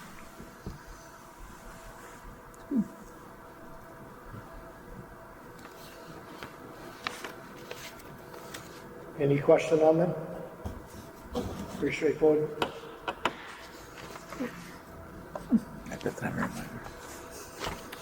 All right, landowner responsibility. So the landowner is responsible for obtaining permits for any work that's performed in the resource area. So you as the landowner, you're really the first defense in protecting our resource areas.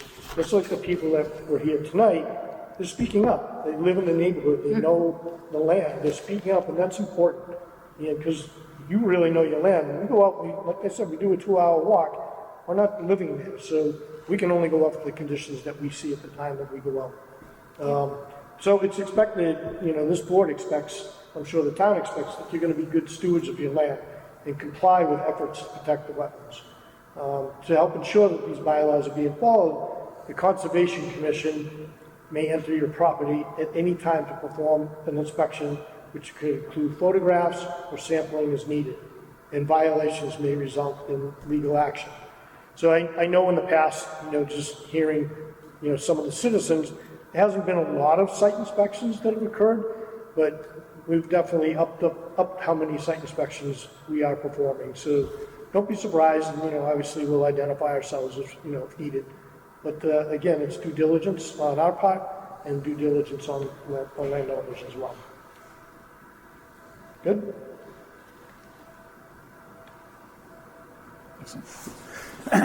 Turn it over to Brian. All right. So I get enforcement. I don't know if you get enforcement. So, enforcement's always been a part of the wetland bylaws, but the Massachusetts general laws. We added, kind of consistent with the other towns around us, added an enforcement fine to it. We kind of put a little bit of teeth in the enforcement. Right now, our only course of action would be submit an enforcement order and stop work on site. Which is only a letter that they get, a certified letter, and it just says you need to contact us and come to the next meeting. And if they don't show up, it's not like we can go have the police chief arrest them. There's no next step to it. Yeah. It's just a letter. There's no repercussions. There's no recourse on your end. No. So it's like that's why they can just go. Yeah. So now we kind of put, once the bylaws get approved, hopefully, we put a little teeth into it. We put a little monetary fine onto it. Could be a daily fine. Could be daily fine for each incurred action. Could be many incurred actions on one site. So fines could add up very, very quickly if someone was really detrimental to it. So I think we have $300 a day for any violation provision of the bylaw, regulations, or permits. So it includes the bylaws and also includes the Massachusetts general laws if they start to violate those. Trees. So we've had some issues in the past with trees being removed from buffer zones, from wetland areas. I didn't know that it was in the buffer zone. I was leaning on my house. We have some monetary fines now for tree cutting down. I think it's $100 per tree. It increments, there's a table, yeah. Might go up. I have notes. I'll read up my notes. Also. So really, we're trying to make sure people understand that trees in the buffer zone serve a purpose. Trees in the wetland serve a purpose. They're wetland trees. They're certain kinds of trees, and we have no problem cutting down trees that are going to be structurally impacting someone's house or property. But we would ask that we approve the trees to come down beforehand. And a lot of the tree companies know that we would want to be involved in that, and sometimes they do it, and sometimes they don't do it. But it really falls on the property owner. So I think that's what part of the bylaws that we're trying to get is the trees cut down within the wetland boundary. Is the first tree, second tree, it get increments for each tree going up, and that's also for projects that aren't under approval for wetland conservation commission and for approved projects. So we have projects that are fairly big going on right now, and they need, as they do the construction, they're coming up with trees that are either leaning toward the new houses or getting damaged by the really heavy snow. So a lot of trees kind of keep down the snow. They want to remove them out. They've been calling us. We've been approving that. So that process has been going very well. But I think once residents see the trees being in part of the enforcement action, it should kind of alarm them a little bit and say, hey, you got to get conservation commission involved. The one thing too on the trees is that if you hire a professional company to come out and cut down trees, as part of their licensing, they have to follow the Massachusetts Wetlands Protection Act. So fines are doubled for professional companies that come out, because it's happened. We see it happen quite a bit. And I had somebody come out and he said to me, even though it's in your property, if that's conservation land, you have to get a permit before we could even consider taking that down. And then they didn't have to worry about it because it came down by itself. Naturally. Onto my house, so it was, but it was like in between like my house and his house. It was like all the ones that, you would think looking up and everything, Yeah. which one is it gonna be? You never would have thought would be this one. Oh, So, yeah. So we have a table laid out in the bylaws. It's pretty well laid out. I think you guys did an excellent job really making it clear about what the violation is and kind of what the fine is. And it's not a tremendous amount of money, but it's enough that it's going to make people stop and kind of see what the violation is and hopefully prevent violations in the future. That we're not trying to make the town money off this. We're just trying to make sure that the violations aren't being repeated. Essentially. It's kind of key points about rules and regulations moving forward. So we had to include some of the provisions of the Mass General Law and the Code of Regulations 10 as far as at the public notice and the public hearing. That's part of the regulations that we need to put in the bylaw. The security, the burden of proof, the appeals process. We didn't change that, but we are highlighting it in the bylaws and say that there is appeals process with the state of Mass, Commonwealth of Massachusetts. We talked about that a couple times today about the process of that.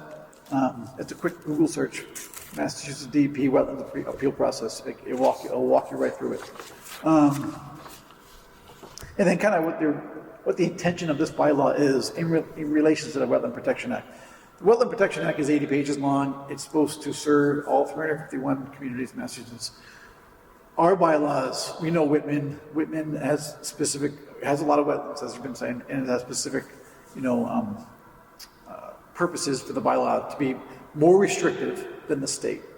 So we can't make anything less restrictive than the state of Massachusetts rules. We can make it more restrictive. So we went a little bit more restrictive, consistent with the neighboring towns. but we're not the strictest in the state either. So there's several towns that are a lot strict. Yes, there's some towns have tree departments, and you can't even touch a tree, not even in the buffer zone if it's just a tree in the town. What are the next steps? So we're going to have today's meeting, which I appreciate you guys attending. We're going to have one at the police station 25th, Saturday? Yep. Saturday morning. 10 o'clock. Drinking coffee. And then once those go through, it's going to appear on the town meeting May 4th to vote in favor of it. So once it gets voted in favor of it, we have a good feeling it will be added to the general bylaws of Whitman, and then it will be enforceable. So it should go very quickly after May 4th. So, yeah. Any questions?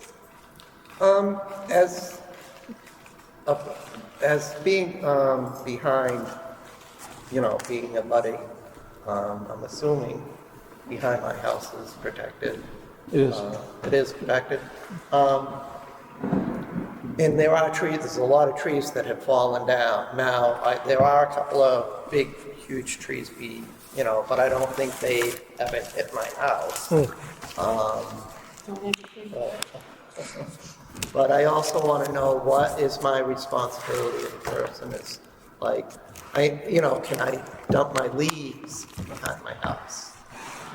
So, No. No, not in the wetlands. Yeah. No, I mean in the woods behind my house. If they're not wetlands. Okay, because and you own the property, you can dump the leaves. But if it's in wetlands, you cannot. You cannot go. You're not supposed to go in the wetlands at all. Okay. Well, I don't go in the wetlands. My land goes out, I think it's 14 or 16 feet behind my fence. And then after that, that's when you go a little further out is when you start seeing it. Yeah. The water, you start seeing it. Yeah, but there's no water behind my house, so I don't know. would that be considered wetland? So, I mean, you can check the Because I know people like in the past, like the house next to me they're gonna auction it off. So God only knows what's gonna happen. And I know that people have dumped stuff in the woods there. They will. Stuff that I would never do. The only thing that I would ever put in the woods behind my house would be leaves, biodegradable. So I don't know what's going to happen there, I'm just I'm a little bit disappointed that Whitman's a small town and there's so many wetlands and that people just don't care. Or they're not concerned about it. Or it's all the people on my street. My neighbor was the one that told me that they were building Columbia. He showed me the letter and I said, "Are you going to go?" And he said, "No." It's you know what I mean? It's a beautiful thing to know that where you are, what's out there, and that you shouldn't be disturbed. You know what I mean? I think part of what we're doing, because I understand your frustration, I think we all understand your frustration, but part of what we're doing, these bylaws, is that limited disturbance area. We're now restricting what you can do in it. You're not building a house, for instance. In that 100-foot section, that 100-foot buffer zone, in the past, there may have been some exceptions where, structures were put in that are no longer going to be considered acceptable. Yeah. But anything over that 100-foot buffer, we really don't have jurisdiction on. And, that's frustrating for you.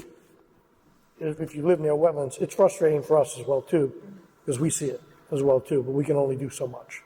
Years ago, back in the 80s, we were told when we purchased a plot of land and they were building a house on it, and they said, "Oh, nobody will ever be able to build behind you. It's conservation land."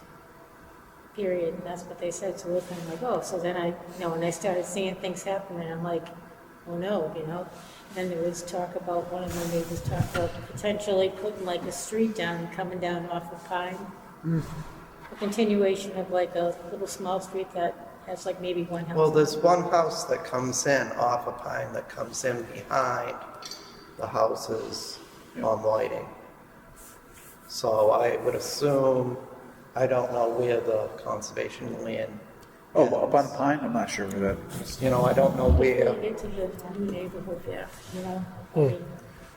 It's if you come up Pine Street, the Pine Street, what do you call it, the extension? Yes, High Street. There's a street on the left, there's maybe one house at the bottom. Yeah. Yes, the one that yeah. Yes. I think we saw a good example of that tonight with Rose Way, too. Because that development was put in, it all seems like it's glorious, and then they move in there and they got water in the cellar, and they're dealing with water. Yeah. So, And just like that one lady had mentioned, we we built the house and we raised it up, it's like, well, that might be a good sign to let you know that if you have to put in fill and raise your house, that might be a problem. That is a problem. It's wet. So, and I know there's places here in town that were built, back in the 50s, but, and they're wet and they're not on wetlands per se, but the laws change. It's, things don't stay the same, just like the wetlands don't stay the same. So, we're just trying to keep up on and alert people, and like when. I appreciate you though, explaining that and everything. It's like. We just want to, like myself, I just want to be a good steward. Yeah. You are. You showed up. Did Yeah. about the new bylaws. Everybody's leaving. Yep. Thank you. Yeah. No, if anything, they should have stayed too, Yeah. Yeah, you have a question? My neighbor has been removing trees by himself. Where's that? Washington Street. Where? Washington Street. Wash. I don't know if what he's removing is buffer, is like the buffer zone. If it is that like a violation now, or would that be a violation after the fact of the violation? Like the bylaws get. If it's. Flaherty Trail. It's basically. Flaherty Trail's behind us. Oh, okay. Yeah, so if somebody cuts down trees, if they've already done it, we, He's moved it back like 30, 40 feet. The yard? Yeah. You know my backyard, right? Yeah. You know where the shed from the old neighbors were? Yep. The entire thing back. Yeah, I don't know, I haven't looked at the GIS map up there, but, you could go on the GIS map, the wetlands, state wetlands map. It's opposite of Oak Coach. Yep. Oh, you're pulling it up now? You know where the old dentist is? With the tooth? Yeah, the old tooth sign. Yeah. That's where it is. Yeah. Yeah. It's wetlands back there. Yeah. Oh, it is. Yeah, definitely. Yeah, because Flaherty Trail is back there. Yeah, that's right. That's what, But Flaherty Trail is here and all that pond area, Yeah. that wetlands is there, and then he lives right up there on Washington Street.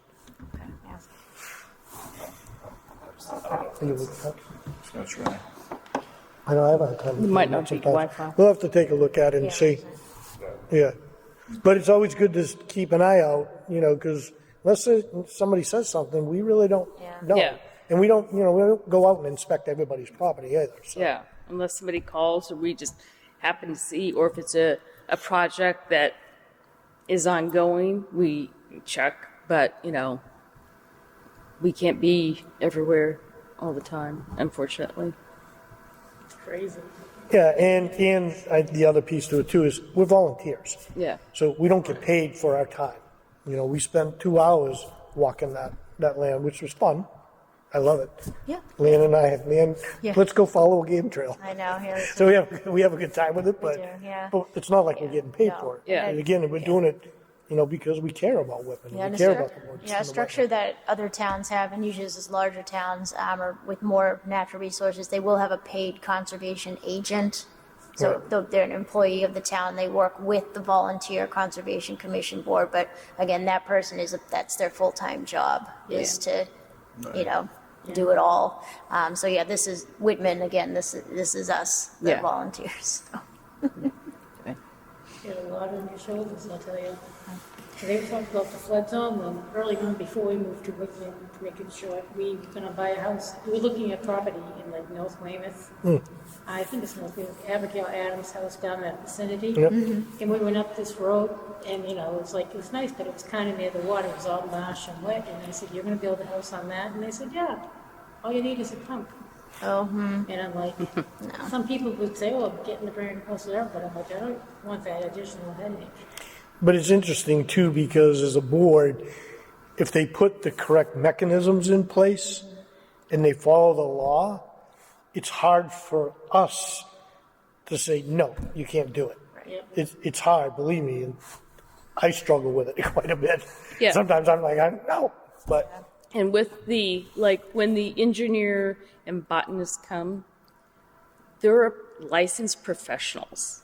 Yep. And like the guy, are you? No, I am not. It's like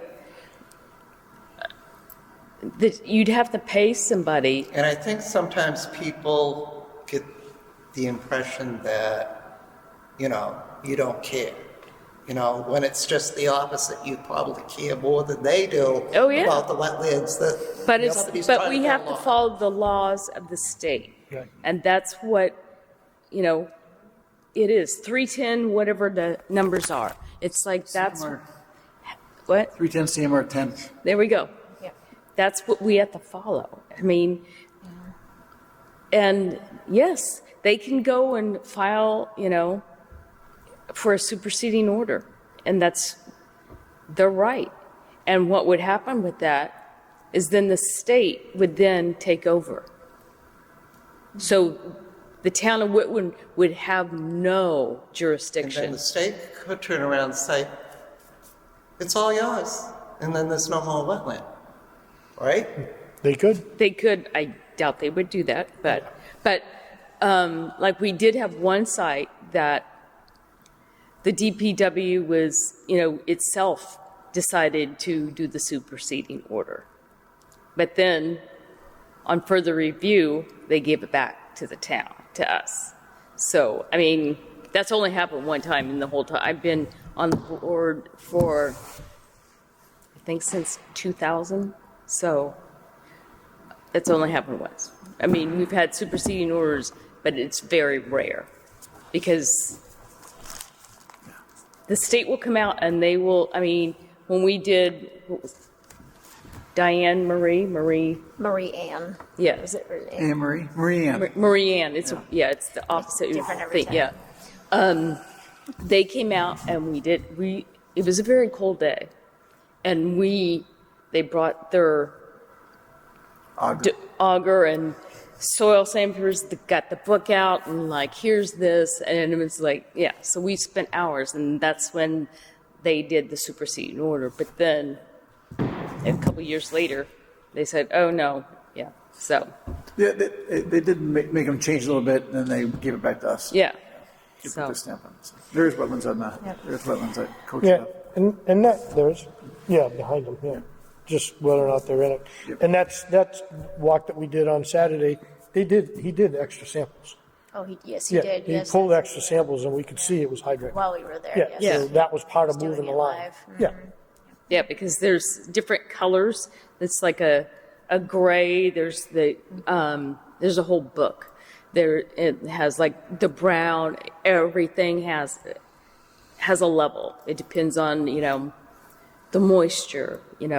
The organic materials that's in the soil. It's just a whole process. So, but anyway. Okay. Awesome. Thank you very much. Yeah. All right. Okay. Thanks for sticking around. Yeah, we'll take a ride through, or take a ride by them. I know it owns the property on past to where the old train line is. Yep. So I know it's the area, but I don't know if the area is necessary. It's definitely behind the property. It just might matter if they're clearing them into the buffer zone, but Yeah. Thank you. Okay. It Appreciate is. Sorry for the late night. Wait for what we had. Hold on, we still gotta close it. Yeah. Yeah. Thank you. Thank you. All right. Okay. It's 10:59. It is 9:50. Oh, do we need to do the next meeting? And our next meeting is April 21st at 7:30. So I am closing our meeting.